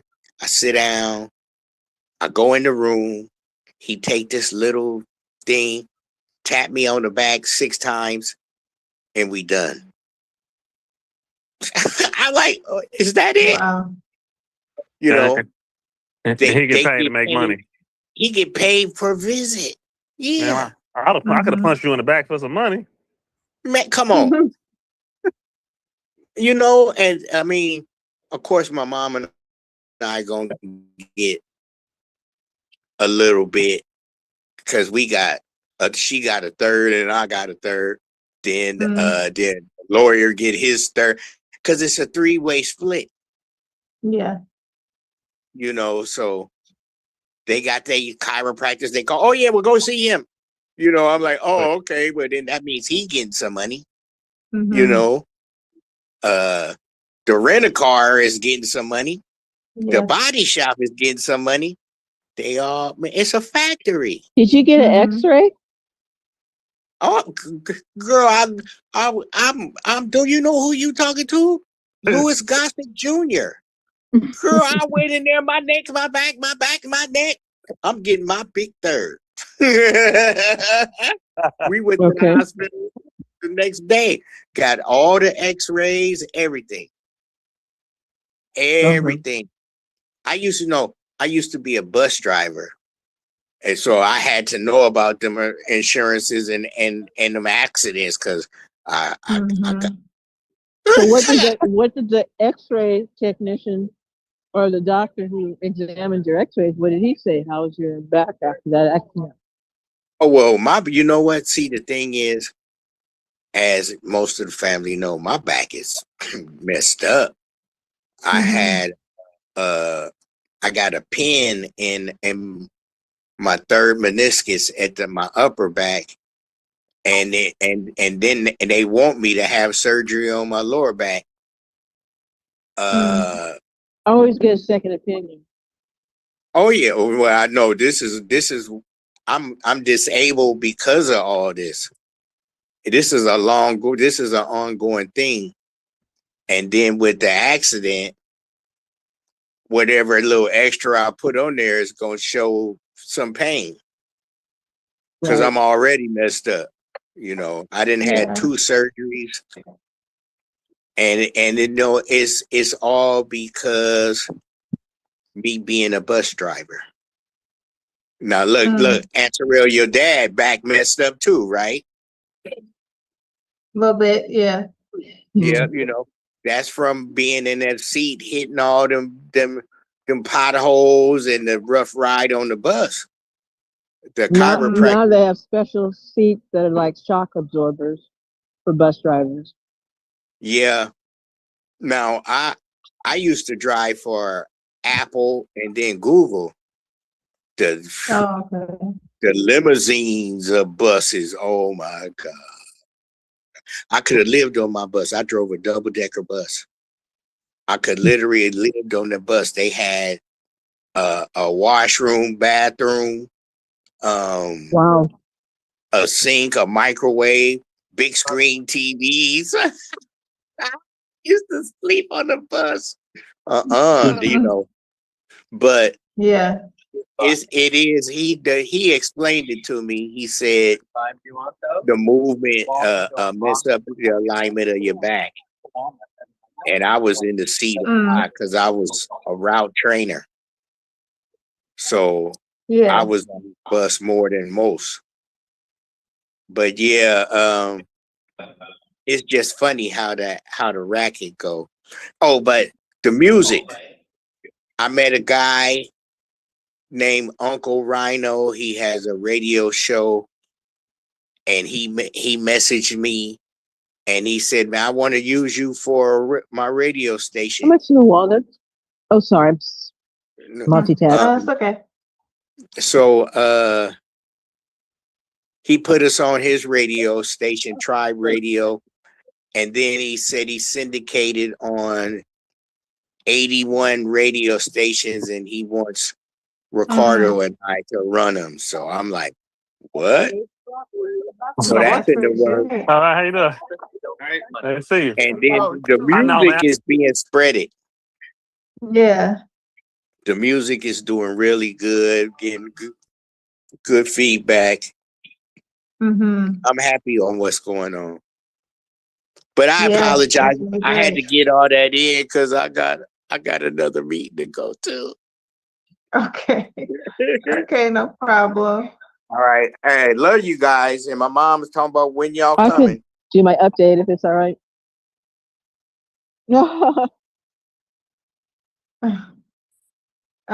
Yeah, so we'll be planning the BUCU event soon, so we'll have a date. Prayerfully it'll be before summer. I can get my update now. Okay. All right. Okay, thank you, Uncle Hess, Hey, love y'all. for sharing. Yes, we love you too. And stay safe, stay driving safe. You and Mama Yeah. Terry. All right. Okay, and Hey, so we got a better Sis car. Francine. Okay. Huh? We got a better car than we had. Okay. That's good. Okay. All right. Okay. All right. Okay, we'll pass you the line, Sis Francine. Okay. So my update for the week is I ended up having to take my mother on Sunday to emergency because Kaiser put us in this position of I couldn't get past this clerk who only wanted to give my mother a phone appointment to talk about the X-ray. And I said to her, "Well, how can we can't see the X-ray on the phone, you know, in comparison to the last one she took." So her leg is separating more away from that gap where the titanium plate was coming away from her muscle has increased. So in emergency, I told my mother was like, "Why do you want to go to emergency?" I said, "Because everything is electronic. They can pull up those films and we can just bypass these people." Because I had to think for a moment because I already made a complaint and here it is Tuesday and they haven't, and that was Thursday I made the complaint. So here we are, all this time has passed and nobody's bothered to make a phone call or try to remedy the situation at all. So that's kind of where my brain is going now, is to pray for solution and then just kind of meditate, just pause for a minute and see if there's another way about this, because they'll get you in a complaint loop and have you in this endless loop of complaining, and then they'll write you these letters. It won't even be what they'll have changed the nature of what you complained about, and then they'll take the doctor's side because they're afraid of lawsuit, So I don't believe any of them when they say, "Oh, that's terrible and that shouldn't happen" and all that. But I'm like, that's what they're trained to say, Yeah. So it's I need action, not the sympathy, and you're not doing anything about it. That's not real sympathy. That's not real concern. Yeah. Okay, so I learned that, so the next person I'm going to call is the advice nurse. That's the one who got things kind of rolling a bit. So anyway, so that's where we're at. So the next thing is I want to make sure that I needed those films. So if we go to chiropractor or acupuncturist and stuff, they do need to see that. So that I looked it up on the internet. So there's a number of different types of therapy for that. And then chiropractic is one, because my mother said her leg was turning kind of in. And just today when I got a massage, I'm walking a little bit more straighter. My stride is improved. So it's amazing how one area of your vertebrae can affect a whole other area of your body like that. So anybody who's once in a while a little massage is a good thing. So the other thing that changed is my brother's still trying to sue me to get me evicted from the apartment, and I called her up last night and said, "Are you doing this?" So she finally spilled the beans and said that she never even saw this attorney. My brother's apparently using whatever powers of attorney that she signed over to him and wasn't aware of what she was doing. So I told her, we need to, I need you to revoke the power of attorney and have an attorney write the letter in the case, because this is just costing more money and aggravation. My concern was that this is getting her more mentally upset and upsetting her dementia. So she has dementia, but she's able to is functional a lot. So that came from the stroke. And so I mean, some is expected when we get old. She's 91 after all, right? She's got even gonna have a real good thing.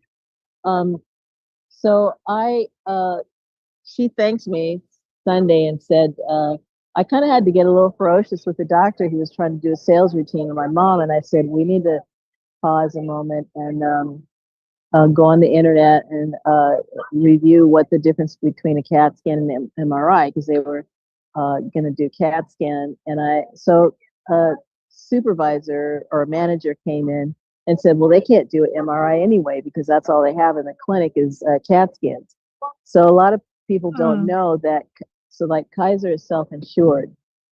So when they get money, they get money for doing more procedures. So it costs more in an emergency room. So that same CAT scan could cost 4 times what it would if you just went to a regular doctor's office, like the orthopedic doctor, and he ordered the CAT scan. It wouldn't cost so much. So this is hidden ways that are driving up the cost of medical care. So when I explained that to my mom, and I said, and the other thing is the extra electromagnetic energy in your body. I'd rather you just get the MRI and not do both, because the doctor in emergency was trying to tell us, you need to do the CAT scan first before they'll approve the MRI. And I'm like, no, we're not doing that. So I'm going to call the advice nurse and have her set the appointment up, because this lady was lying to me and saying that the doctor ordered a phone appointment. It just wasn't true. There was no evidence of that in my mother's file. I saw the recommendation, and they're doing something, same thing. They're trying to get more appointments for these doctors, and then probably scaremonger my mother if she was by herself on the phone saying she needed an operation. So she's not a candidate for an operation, but going to the chiropractor, he might have some remedies to recommend that the orthopedic doctor is not going to do. See, they're not going to do therapy. They're going to do surgery or injections or pain pills.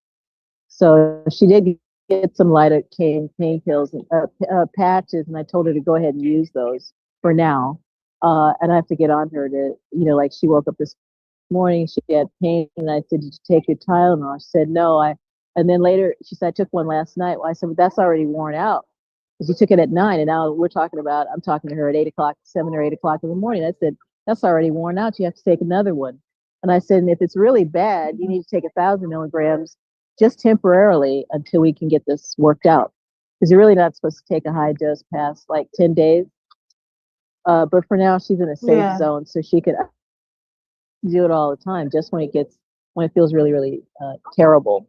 And so that's another sign, the revocation to revoke my older brother's power of attorney. So he has been bullying her, telling her that if she doesn't do what he tells her to do, he's not going to help her at all. And it's gotten to the point where he's just telling her, you're going to do this or whatever. So finally, when it got to that point, she's still a little nervous about doing because the document does have to be served on him. So I'm going to, I have to look into that part of it because I can't write the letter, and attorney has to write a cover letter to go with that revocation. So I just called up to the Sacramento Law Library in Oakland. The law libraries tend to be private. I don't know if the one in Sacramento is private or if it's run by the state. But they have the most up-to-date forms in Sacramento, so you can go and ask them about stuff there. But you need to get on the phone or internet and get the most up-to-date forms from the Sacramento Law Library, because that can mess you up. So I did do a little chat GPT to find out what some of the language that should be used in the cover letter, just to familiarize myself with that. And I'm going to have to go back and do it again because we had an internet. The power went down, not in my building, but on the internet. It just suddenly went down. And when I went into the history and pulled it back up again, the form was all, the whole chat GPT was erased. So I'm going to have to go back and do that research all over again. So, but at least I know, that's just kind of footwork that I have to do. Do you have a login for ChatGPT? No, I didn't set up one. That might be a good idea in the future. That'll save my searches if I do a login. Yep. Okay. So, let's see. Yeah, so that's about it. This teacher that taught the last seminar for the cranial sacral, he wrote all of us and said that he'd be in the city of Berkeley for one whole day, and he'd be available for us to have sessions with him or to get together and ask questions or talk to us. But then he didn't. He did a no-show. He just wrote that. I responded and said, "Okay, give me a call or contact me," and that was like Tuesday, or no, that was last week Tuesday, and so this is like a whole week later, and I haven't heard from the dude. So I'm not worried about it or concerned about it that much because I already enrolled in another school that's doing BIPOC training in Arizona. So I'm not going to chase after him. I'm just going to leave it alone. And I had $300 scholarship sunk in their program, a program that I bought that was for the anatomy. So I asked if I could continue to use that. But so I'm kind of at this dilemma now that the way this teacher has behaved and stuff, I think maybe I should just, because they lost all their PowerPoints. They dealt with some guy from Geek Squad or whatever, and he did something and erased their PowerPoints. And that's years of PowerPoints that they had set up. So I'm feeling like to make it more peaceful for myself is just to do a complete separation. Ask them to take, I told him, do I owe you anything else? And this lady said she was going on a retreat. So whatever she tells me when I come back, I'm going to treat it as finish your business here and just make a clean break. That's what is coming to me. There's stuff going on that I don't need to be a part of as a student. And I'm not even curious about what's going on. I'm just looking forward to what I need to do. So I'm looking at my meditation now, and I'm asking more questions about my meditation. Like I'm just kind of reviewing it, like as when I was a young girl, my meditation then and over the years, and a brother, I heard him say, beware of, putting yourself in places. So I did at times, I was around people that were practicing addictions and stuff and going to church looking like they're devout, but popping pills, and that wasn't my thing, but that was me, not aware of how dangerous it was to be around people, the energy of being around people like that. And so I need to relook at my prayer life and stuff, but it does help surrendering stuff, because I just turned it over and things got very intense. But now I realize my brother had to act up just enough to kind of like begin to change the direction of things. Yeah. So so that's where we're at now. But it was kind of hard for me because I really hadn't and had taken care of my mother. I noticed that my body just kind of was not letting me feel all my pain because I was, trying to help my mother. And our body will go into survival like that. So I went to my doctor's appointment this week, and I had to leave after about 15 minutes because I all of a sudden the full measure of the pain came down. I felt my spine. I felt how painful I was. They started to ask me questions, and I couldn't even put thoughts together. I said, I'm in too much pain. I have to leave and reschedule. So luckily they gave me an appointment for next week.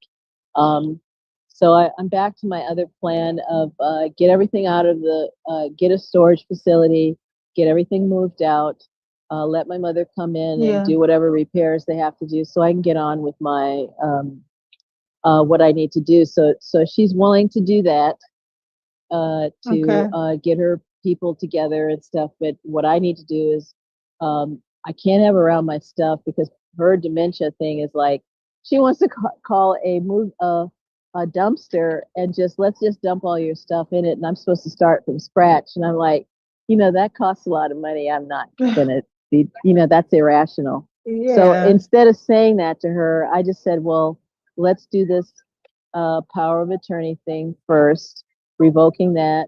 And then she got feisty and said, well, I want you to sign an agreement that you're not going to do clutter in the apartment again. And I said, it's illegal, Mother. I paused and she said, you're not answering me. She goes, I'm not going unless you put something in writing. And I said, actually, Mother, it's illegal for me to surrender my civil rights. I said, there are harassment laws on the book. And I said, you cannot get me to sign an agreement ahead of time for something, like that. She wanted to come into my apartment whenever she feels like it because I'm a family member. So I didn't even step into that arena because that's also illegal. I just said, Mom, I said, anybody you have, just like your other tenants, you know how to do a notice of entry. I said, just because I'm your daughter, you still have to do a notice of entry.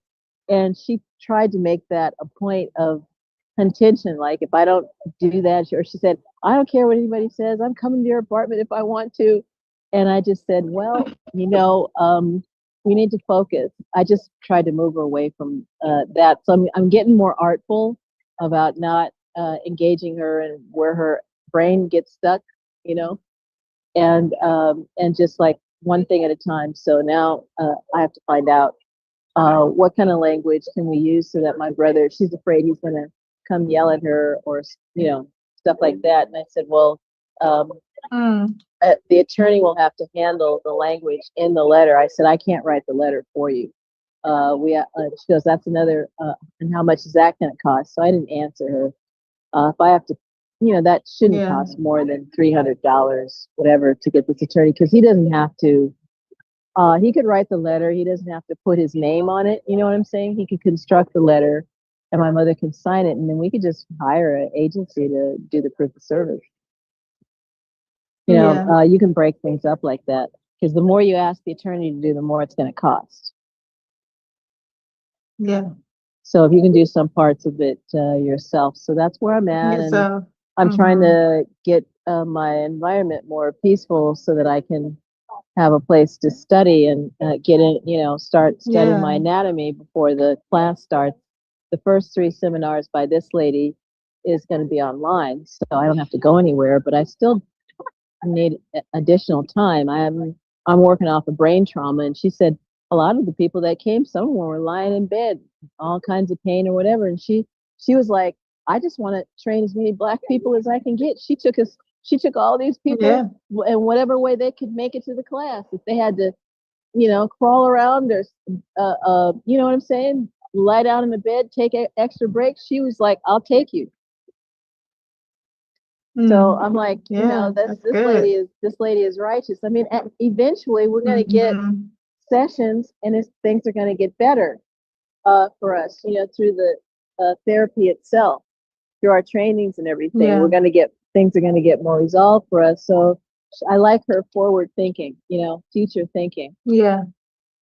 That you may see a person who's injured and maybe they can't do as much now, but when we're through with you, you're gonna be able to do more, kind of thing, Mm-hmm. Give them a chance to recover, give them a chance to rise up. Yeah. So thank you for your prayers. Whether you think it makes a difference, I can see it making a difference. To have a community that prays together, it makes a whole lot of difference. Mm-hmm. Yeah. Thank you. Yes, that's right. Thank you, Sister Francine. Wait, that's one more excellent. extra thing. Did you all see that video of Trump portraying himself as the second coming of Christ or something? Yes. Yeah, okay. Yes. Then no, I don't need to say anything more about that. Sorry. He did say that he's not supposed that image. He's a doctor. He's not the second coming of Christ. He's a doctor in that image.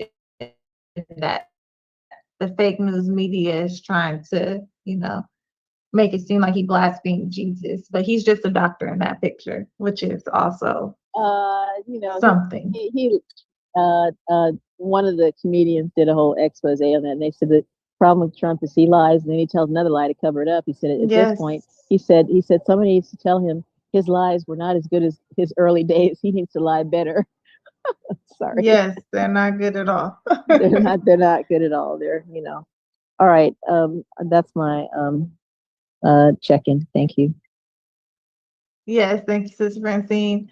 Yes, that's excellent. And we're speaking about peace, and you spoke about peace, and it's really important having an environment that lends to our desire to have peace in our lives.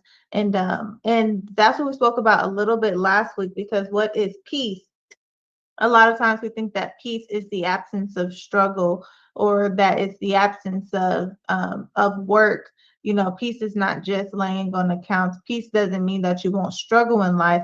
In the Holy Quran, we're taught that struggle is ordained. So really teaching our community and teaching our children, especially, what true peace is, and how we can get true peace even through the struggles of life, even through the difficulty of bringing a project into existence. However, we know that there's still a struggle in doing that, but it's beautiful. When you have a baby, there's some pain, there's some struggle, but on the other side is the beautiful gift of a child. And so even though we're seeking peace, we know that that doesn't mean that we won't struggle. That doesn't mean we won't have hard days. That doesn't mean that we won't make mistakes, but we should still have a sense of peace. And that's one of the topics for this month of what is that then? How do we get that peace? I see Brother Siddiqui on the line, and we want to get some input from you, Brother Siddiqui. The jewel of this month is peace, which we define as the state of established existence in the atmosphere of the 12 jewels, emphasizing the essential power of harmony and balance in everything that we do. And we want to discuss that in regards to how do you get peace in life and the work that you do daily. How do you teach that or extract that to give to our community and our youth? And what is true peace overall? What is peace? How do we get that sense of peace, and how can our environment lend to it? So, Brother Siddiqui, if you are available to speak, we will pass you the line to share with us your input. Jalu, I just walked in the door. I was at work, and I just wanted to check in with my family. Well, thank you for the moment of asking. It is truly to come home and to I look at my plants and I find comfort in the growth of them, and my boys, they make me proud. That they give me that strength every day to keep me motivated. I am going through a lot right now. I lost another brother, which was almost like like a brother and a father to me. And I'm trying to address that also too with myself, knowing, I'm an elder, and I honor the fact that I have a lot of young people, brothers and sisters, y'all, to look up to me. Like I was on the meeting with the brothers with the BUCU on Monday. I stayed home and I wanted to be involved with the music meeting, and I found great comfort listening to them and what they're doing. Brother Muhammad, his creativity, I really love that brother. I think he's very intelligent. The things that they say, the things that he's doing. Naru was my other son. Me and him was great adventures when we were together. And brother D, that's my other brother. We always have great adventures together when we came up. But again, it's a beautiful journey for me spiritually to be accepted and still acknowledged for the things that I say and what I do. And I feel like I have a lot more to offer. Talking with y'all in regards to the brother with getting the land, I still think about that. It's the most positive thing ever I heard, to give advice for him, to give him understanding what we could do as an alternative. Don't give up. No hope on that. I see great things. I see great things that I still can contribute to, and it makes me stronger. Even though our days may be long, but I do appreciate still really being wanted, and it can contribute something to whatever that is asking me in the task. But that's where I really get my boost and energy from, is seeing y'all dealing with progress, still going forward with it. Conscious minds, so much creativity, so much strength. I feel that from y'all. I mean, I just walked in and I'm just had to check in to make sure that I let y'all know that I'm here, and that I'm gonna give y'all as much time as I can now that I got past a lot of things that I had told y'all I did. I got a lot of accomplishments and a lot of awards. Praise Allah for that. Y'all see what I've been doing, and like I said, that's a true blessing. There's still to be a, decent. Stop telling your age, but I, to be honest with you, I feel proud for how old I am and what I have done, and to be a Makosi in the community and still feel motivated, and it's just a good feeling, to be wanted, for the knowledge and the consciousness that I still have to offer, and it's something that I kind of strive for every day, and I strive very hard to maintain unity within our family, our community, our race, our people. It's just one of the things that I feel like I still got to do. And I think I'm still contributing to that. That brings on that last conversation I had with y'all about spirituality and taking it there to the highest.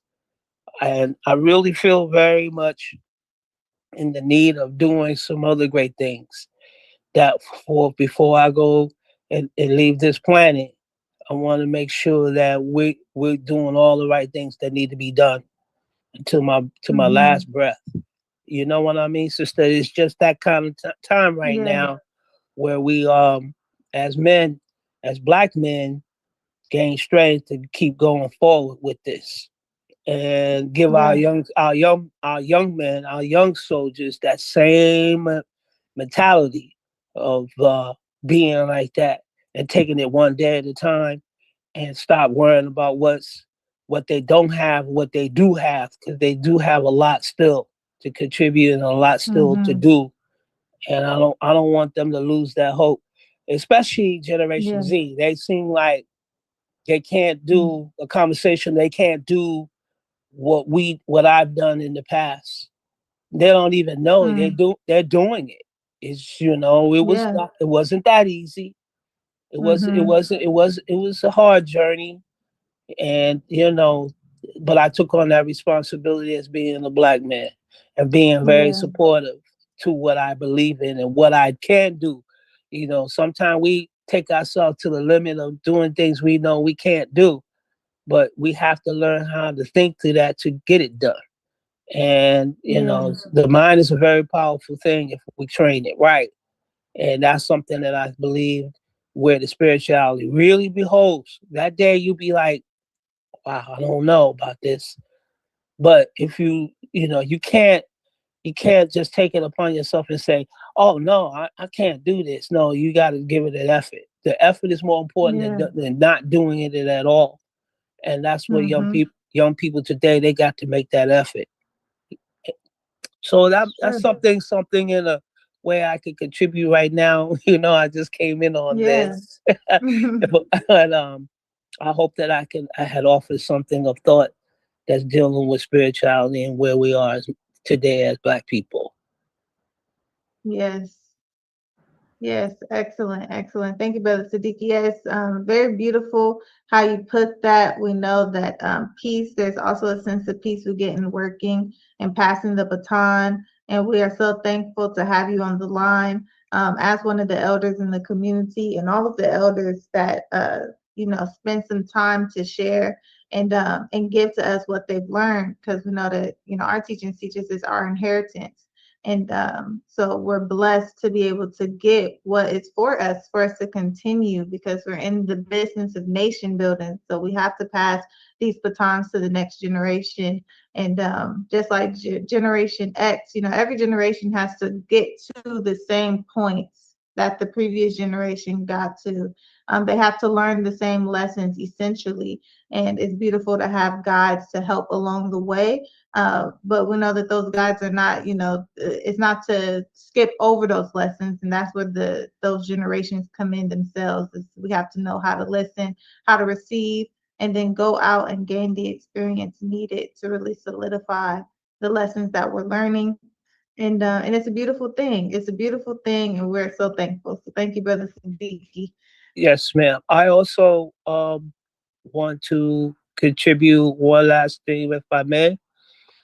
I would like to say is that I left off with the meeting on Monday discussing about my brother, African Bavada, and I wanted them to understand that one of the things that's really destroying our older brothers today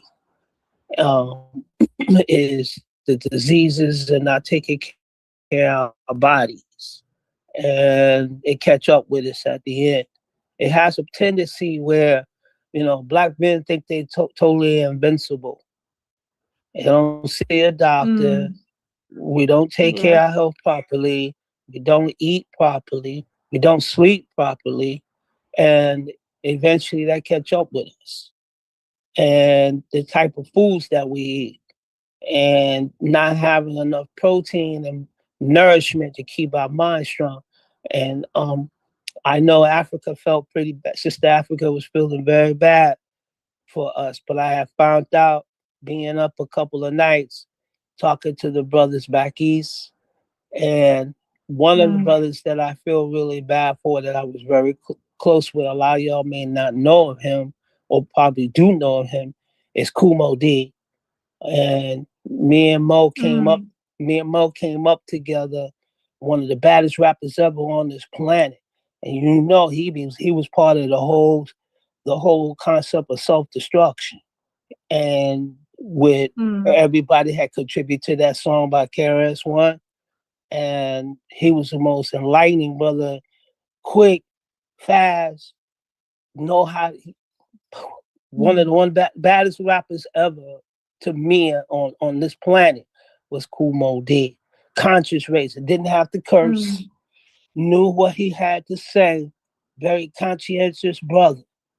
And hear that he's suffering with colon cancer, just like African Bombada. And I had got several other brothers that's also suffering with colon cancer. I was like, I couldn't believe how bad my brothers kept themselves together, and it hurts. It hurts really bad. Yeah. My boss, he's from Newark, New Jersey. And I had told him about it. He said, "Thank you, Siddiqui, for coming and leaving New York back east, because we would have probably lost you." He said, "I don't know what's back there." I said, "I know what's back there. It's just that we just didn't take care of ourselves." And that's the only reason, and that's the only reason why a lot of them are leaving so early, to be in their 60s or in their late 50s. Yeah. Or even, Dwayne Wiggins. Yeah. You name it. Those are my family, my brothers. Very creative, but we didn't take care of ourselves. Late nights, not eating right, a lot of stress, trying to raise families. It happens. And I want us to do better. To know better is to do better. And I just wanted to share that because it's something that bothers me very much. And it hurts in a way that I'm still here and they're not here with me. And on their way, out of here. And it's just because they didn't take care of their health. So I just wanted to share that. I'm home on Thursday. I will be here. I was planning to go back east to go to New York, but in terms of it being short notice, the planning, I'm really kind of mad with the Zulu board. It's some old farts, excuse me, but they didn't give us enough time for everybody to plan. We got so many people. God, there's so many people coming to see this brother for his last day. And the Nation of Islam up in New York is going to be pulling the security for him because he was, as you know, he was Muslim as well. And it's just You want a shake, honey? Excuse me, sir. You want your strawberry shake? Oh, you already got one. You got another one now. Oh, I don't think he really was unmuted. Okay, that was an accident. Go ahead, Siddiqui. Yes, ma'am. I'm gonna cut it short, but I'm gonna let just the brother and y'all know that let's go forward with this. Yeah. Let's do something to better ourselves so that we can live a little longer and take care of one another, because we haven't been doing that in a certain way. We haven't been taking care of ourselves at all. And I want us to basically understand why. It's not our fault. It's just something that we just kind of forget to take care of ourselves. But cool. Yes. Yes, that is a really great point. That's why we love Answer Africa isn't able to be on the line, but with Answer Africa, Sister Francine, Miss Lady, who gets on sometimes and tells us about some survival preparedness.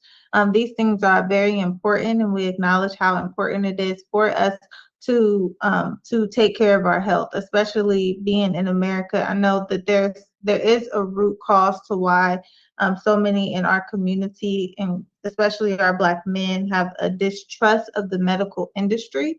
And that, goes back to the medical experiments that were put on us throughout slavery, throughout the oppressive regime that we live under here in America. But we do know how important it is for us to invest in our community healers. There are plenty of Black doctors who are getting in this field, and I've seen multiple videos of young Black doctors who are exposing the medical racism that's not just in the practice, but in the teaching of how they're teaching doctors and how they express just medical care overall is very racist.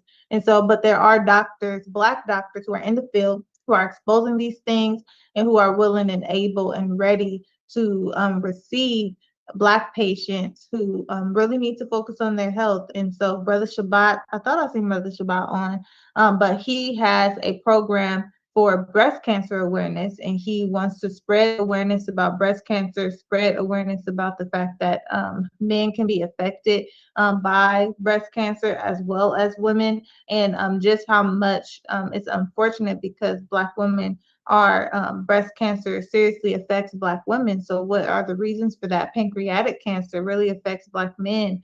So these are things that we definitely have to keep in mind, which is why it's something that is a highlight at each of our BUCU events, and why we're blessed to have healers on the line with us. So yes, thank you, Brother Siddiqui. That is a really great point.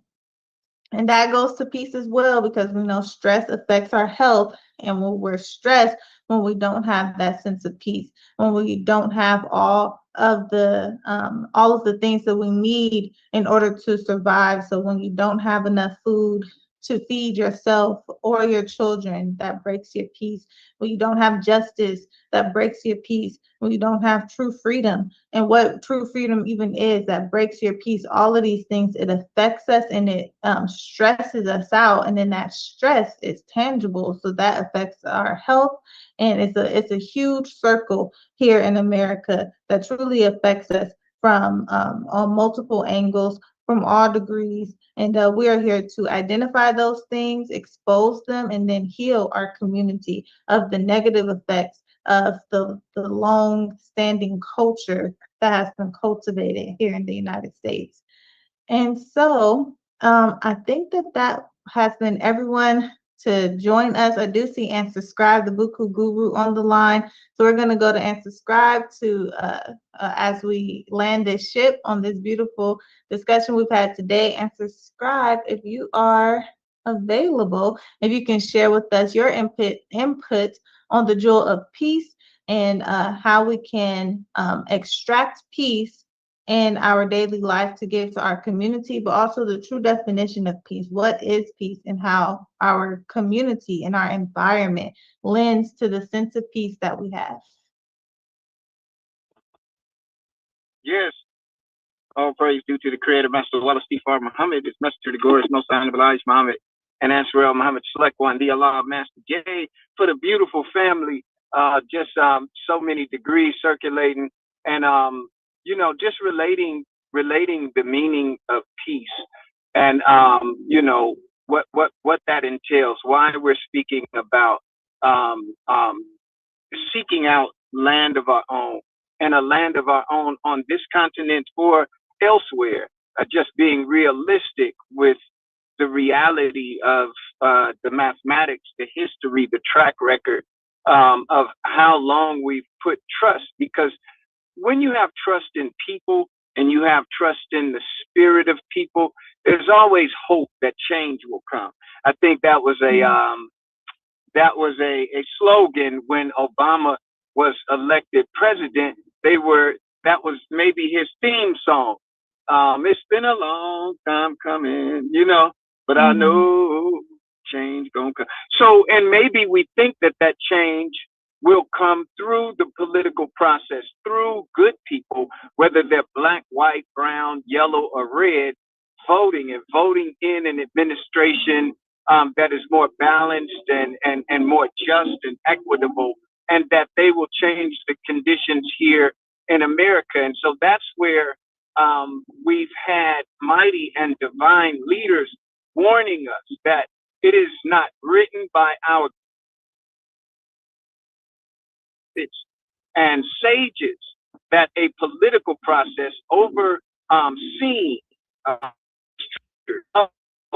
by the very oppressor of the people, that type of political system would be the means by which we attain our freedom.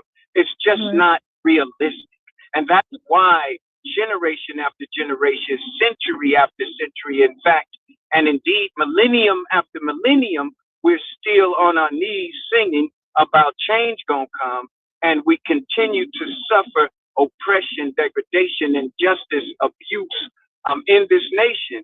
And so, and in reality, the whole planet is suffering, as 9/10 of the planet is being affected by by the injustice, by the world powers that are not operating on the balanced scale of truth, freedom, justice, and equality. That in reality has been given to us by our great sages, the prophets, and our seers from the ancient nations across all cultures would come by divine intervention. And so the ultimate peace we seek would be brought to the earth by the Prince of Peace. And this is why we see Trump likening himself to that, which is so absurd, obnoxious, and insulting. Yet his base gave him that argument. His base had flags and walking around saying, if Trump ain't Jesus, he's the next best closest thing to me. Their ideology of a Jesus is not the same as ours, nor is it the same as the original Imam Isa bin Yusuf, that man whom they refer to as Jesus, Yeshua, the salvation and that sign of salvation that we received 2,000 years ago, that we believe, trust, and know will indeed return and bring that world order of peace by his administration, by his truth, and by the people who accept that truth. And so whether we understand him and his name to be Allah, God, Jehovah, Yahweh, grandfather, no matter what culture, we can show, in fact and indeed, without the intervention or interruption or interference of this world oppressor, we can show that every one of those cultures is talking about the same thing. All of them are saying the same thing. So one solution is for us all to get together, because we can find some similarity. We can find something that we all agree on. We all are tired of oppression. We all are sick and tired of injustice. We all are sick and tired of singing and being on our knees, waiting and waiting and waiting for something. The scripture said, how long, O Lord? But then he answers and says, how long to us? How long will we continue to ignore his messages? And so we have to come together in the valley of decision. There's a day of decision, and we have to come together in that day of decision, and we have to plead with one another about a unified understanding in theology. When you read the scriptures, they speak of a cloven tongue ability that the disciples received. They were able to speak in tongues, and some people thought that that was babbling. But it's not babbling, because every culture could hear in their own language, or the language of their own school of thought. We all are saying the same thing. If we only would listen without the interference and interruption of the colonial and historic oppressor. And so what we're finding is that unity is the key, and that there is a unified theology and a unified language. That's what BUCU is about. And as we listen to everyone and we speak about peace, one thing about peace is to do what you love doing for a living. Do what you were born to do, what God gave you to do for a living, your calling. So that's nature. That's the way a righteous society should be established, to help youth follow and develop and nurture the God-given gifts within them. In there, that's where you'll find the cure to leukemia. You'll find the cure to pancreatic cancer. You'll find the cure to colon cancer. All of that is in the mind of our youth. When we return to our own, but the world is offset and imbalanced, everyone is chasing after the almighty dollar, regardless of their God-given gift. And it's offsetting the balance of nature, you know? And so unity, coming together, promoting our God-given gifts, helping each other nurture our God-given gifts, understanding that that is the key and solution that God is offering us when we say how long and he says how long. We should be flocking to unity. I would say to my brother Siddiqui, and you know that's my brother from way back when we spoke, Brother Siddiqui, about the impact of your presence. And it's something, similar to when Prophet Muhammad, peace be upon him and his successors, uncle Hamza.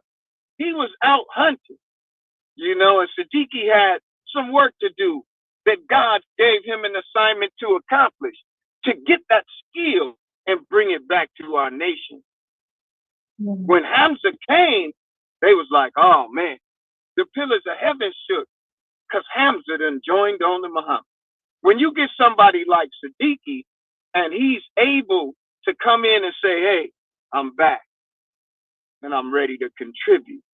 You got to look at that, you know? We're talking about Africa Bambaataa, right-hand man. You know, Zulu Nation, if y'all don't remember the song, you know, that music from that era, I can't even mention one song. All I know is, goddamn party people looking for that perfect beat. That's the foundation of hip hop, which is pretty much, it's the frequency that our people, it's the drum beat of our people. That's the drum beat of our people. That's one of the languages of the bride. Africa Bambaataa and the Zulu Nation is one of the vital languages of the bride. You go to the website, Zulu Nation, look it up. And every principle that they're espousing matches up point for point with what we're talking about. So that's a perfect example of two great bodies of intelligence, a wheel within a wheel coming together. It's that time. You want to know what would make Africa Bambaataa smile? Is that legacy that he worked and lived. He didn't just make that music. It's just like X-Clan. It wasn't just about the music. It was a movement, you know, that is being remembered, it's being upheld, it's being continued, it's being nurtured, it's being furthered. It has found its home, you know, and this is what we're all understanding now about the cloven tongue theology, that hope in the political process. We understand it's trust in the goodness of people. It is there, but God says He made a devil, and you have to understand the devil is not just an invisible spook, but it says that the devil would establish kingdoms on the face of the earth, not underground. And when he says the kingdom of God is coming, he says, thy kingdom come, thy will be done on earth as it is in heaven. So these are things that are happening right here on earth. A change has to come, but it's not going to come by no European government that has been our oppressor for thousands of years. That is foolish hope. We can't hear you. Oh, yes. Okay, Can we y'all can hear hear you us? now. Yes. Yes, it's going to come by divine intervention. That's what's taking place right now. The Christ, the Messiah, the Mahdi, Krishna, Buddha's enlightened one, whatever language you call it, we, the original people, have the language of tongues. We don't look at it as Christ versus Mahdi. That's Conan the Barbarian foolishness. We say Christ and Mahdi are one and the same. We say Messiah, Christ, and Mahdi are one and the same. And then the Indians say, well, what do you say about Krishna? He's one and the same too. Right. We're speaking of the same person, just using different cultural language. It's called a groom theology. It's called the language of the bride. Every one of these schools of thought, every one of these cultures is a bride of the groom, and the groom is the Most High God. And he has to get all these brides together. And so that's where our peace is. And you find peace when you come to BUCU and you see that you can be yourself. You a Christian, I want to hear about the salvation that Yeshua has promised to bring to earth. Because when I listen, I don't listen for me versus you. I listen for how it ties in to what I Right. believe, understand, and know about my seed. I want to learn more about Africa Bambata. I want to learn more about Zulu Nation theology and how it connects, how it relates, right? Right. And that's peace. Imagine a university where everyone is embracing each other like that. I've seen a sign of it at the Million Man March. I've seen a sign of it when I was in Lewisburg, USP, in a penitentiary. We walked down the hallway, I see the rosters. I said, respect, because that was their universal greetings, and I learned it because I heard them all use it. So I started using it when I seen the rosters. They was about 200 deep up there. Rosters was deep. In the pen, we had heaven. I seen them, brother, respect, there's respect, man, respect, respect. I see the Moors. Their greeting was Islam. I said, Islam, Mo, Islam. They used to be like, Islam. They like, that little brother crazy. He greet everybody in their language. You know, I see the 5%ers. They was about maybe 60, 70 deep. They say, peace, God. Peace, God. That's the new language. The new language is all that. That's winning. Christ winning. Mahdi is winning. Krishna is winning. We winning when we adopt that new language. And that's how we find peace. All right, family. Jalahu. Yes, sir. It's Jalahu. Good teaching. We love that story of being behind the walls and greeting all the brothers in the universal greeting language. That's how BUCU University is going to be. And we experience that too at the BUCU events. When we have those BUCU events, we have each of our BUCU board meetings. Here with us today, we have our Christian family, we have Muslim family, we have nationalist family, we have spiritual family. We're able to all commune together and come together for our community and seek a peace that we aren't able to receive unless we respect one another and respect how each other believes. And the fact that all of us believe in God absolutely helps. And so we are so thankful. This has been a great meeting. We are so thankful for everyone for joining us today. I know that Tuesday is Tuesday, 3 p.m. It's always the time that people are usually at work and have something else going on.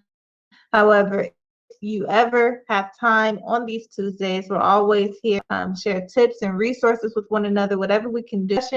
And we are very blessed. So prayerfully, everyone will be able to join us tomorrow for our grant meeting. We will be doing more on the Chick-fil-A grant. That's the next grant that we're going for. And it's a pretty extensive grant, so we'll be working on that together. And anything else that anyone may want assistance with tomorrow, we will do that in our actions meeting. When we get down to the actual work, we're going to be pulling things up. We do research together, and we perform the actions that we usually speak about and inspire each other to do today. Tomorrow, we're going to actually get that work done. And so we pray that everyone who has some time can join us tomorrow to get a little bit of work done and advance our Chick-fil-A grant application. And we will be back on the line next Tuesday, 3 p.m. We're here each Tuesday, and we share and we learn and we grow together and we create this bond that is very important, and it's going to allow for us to have great events and for BUCU University to be rich with information and knowledge. And so we pray that everyone has a blessed day. The sun is out. It's always good to get some sun. Go get some sun. And well, the sun is out where we are. It's always good to get some sun. And we pray that everyone has a blessed day. May 2nd in Vacaville. May 2nd in Vacaville, that's which event? Because you got a few going on, Imani. Mother's Day event. Oh, okay. Yeah, Mother's Day event. Mrs. Kelly event. Yeah, yes. Oh, go ahead. I put the flyer in the group. Okay. We'll share it on our Instagram as well. And then we'll see who could be there maybe for a BUCU booth or how we can work together on that. But yes, May 2nd, Vacaville, California, Mother's Day event that Miss Kelly is hosting. Excellent. Thank you so much for that, Imani, for that reminder. And yes, we pray that everyone has a blessed day today. And we're going to land this beautiful ship and remain open in the name of the one true God. We know him by many names, and we thank him for coming to us throughout time and sending us his prophets. We thank him for Moses in the Torah, for Jesus in the gospel. We thank him for Prophet Muhammad in the Holy Quran. We thank him for sending the liberators that prepare the way for his coming. Like Noble Drew Ali and Marcus Garvey, and the amazing work that they did amongst us, as well as all the other liberators, Africa Bambaataa, and so many other liberators who created community and spent their time and their life striving to help liberate our communities. We can never thank him enough for coming in the person of Master Wallace D. Muhammad, raising and sending his messenger, the glorious, most honorable Elijah Muhammad. They're raising other national representatives, the Honorable Minister Farrakhan, and their return in and through the Royal Robe and Remote Control Unit, and Surah Muhammad, the Select One, the Allah Master J-Man. We are thankful for this program, BUCU, and for the opportunity for us to learn from one another, commune with one another, and continue to do this amazing work. And we pray that everyone has a blessed day, and we'll see you all tomorrow. And with that, we'll say, Sajadallahu, Assalamu alaikum, Black love, Black unity, and BUCU. See you all tomorrow.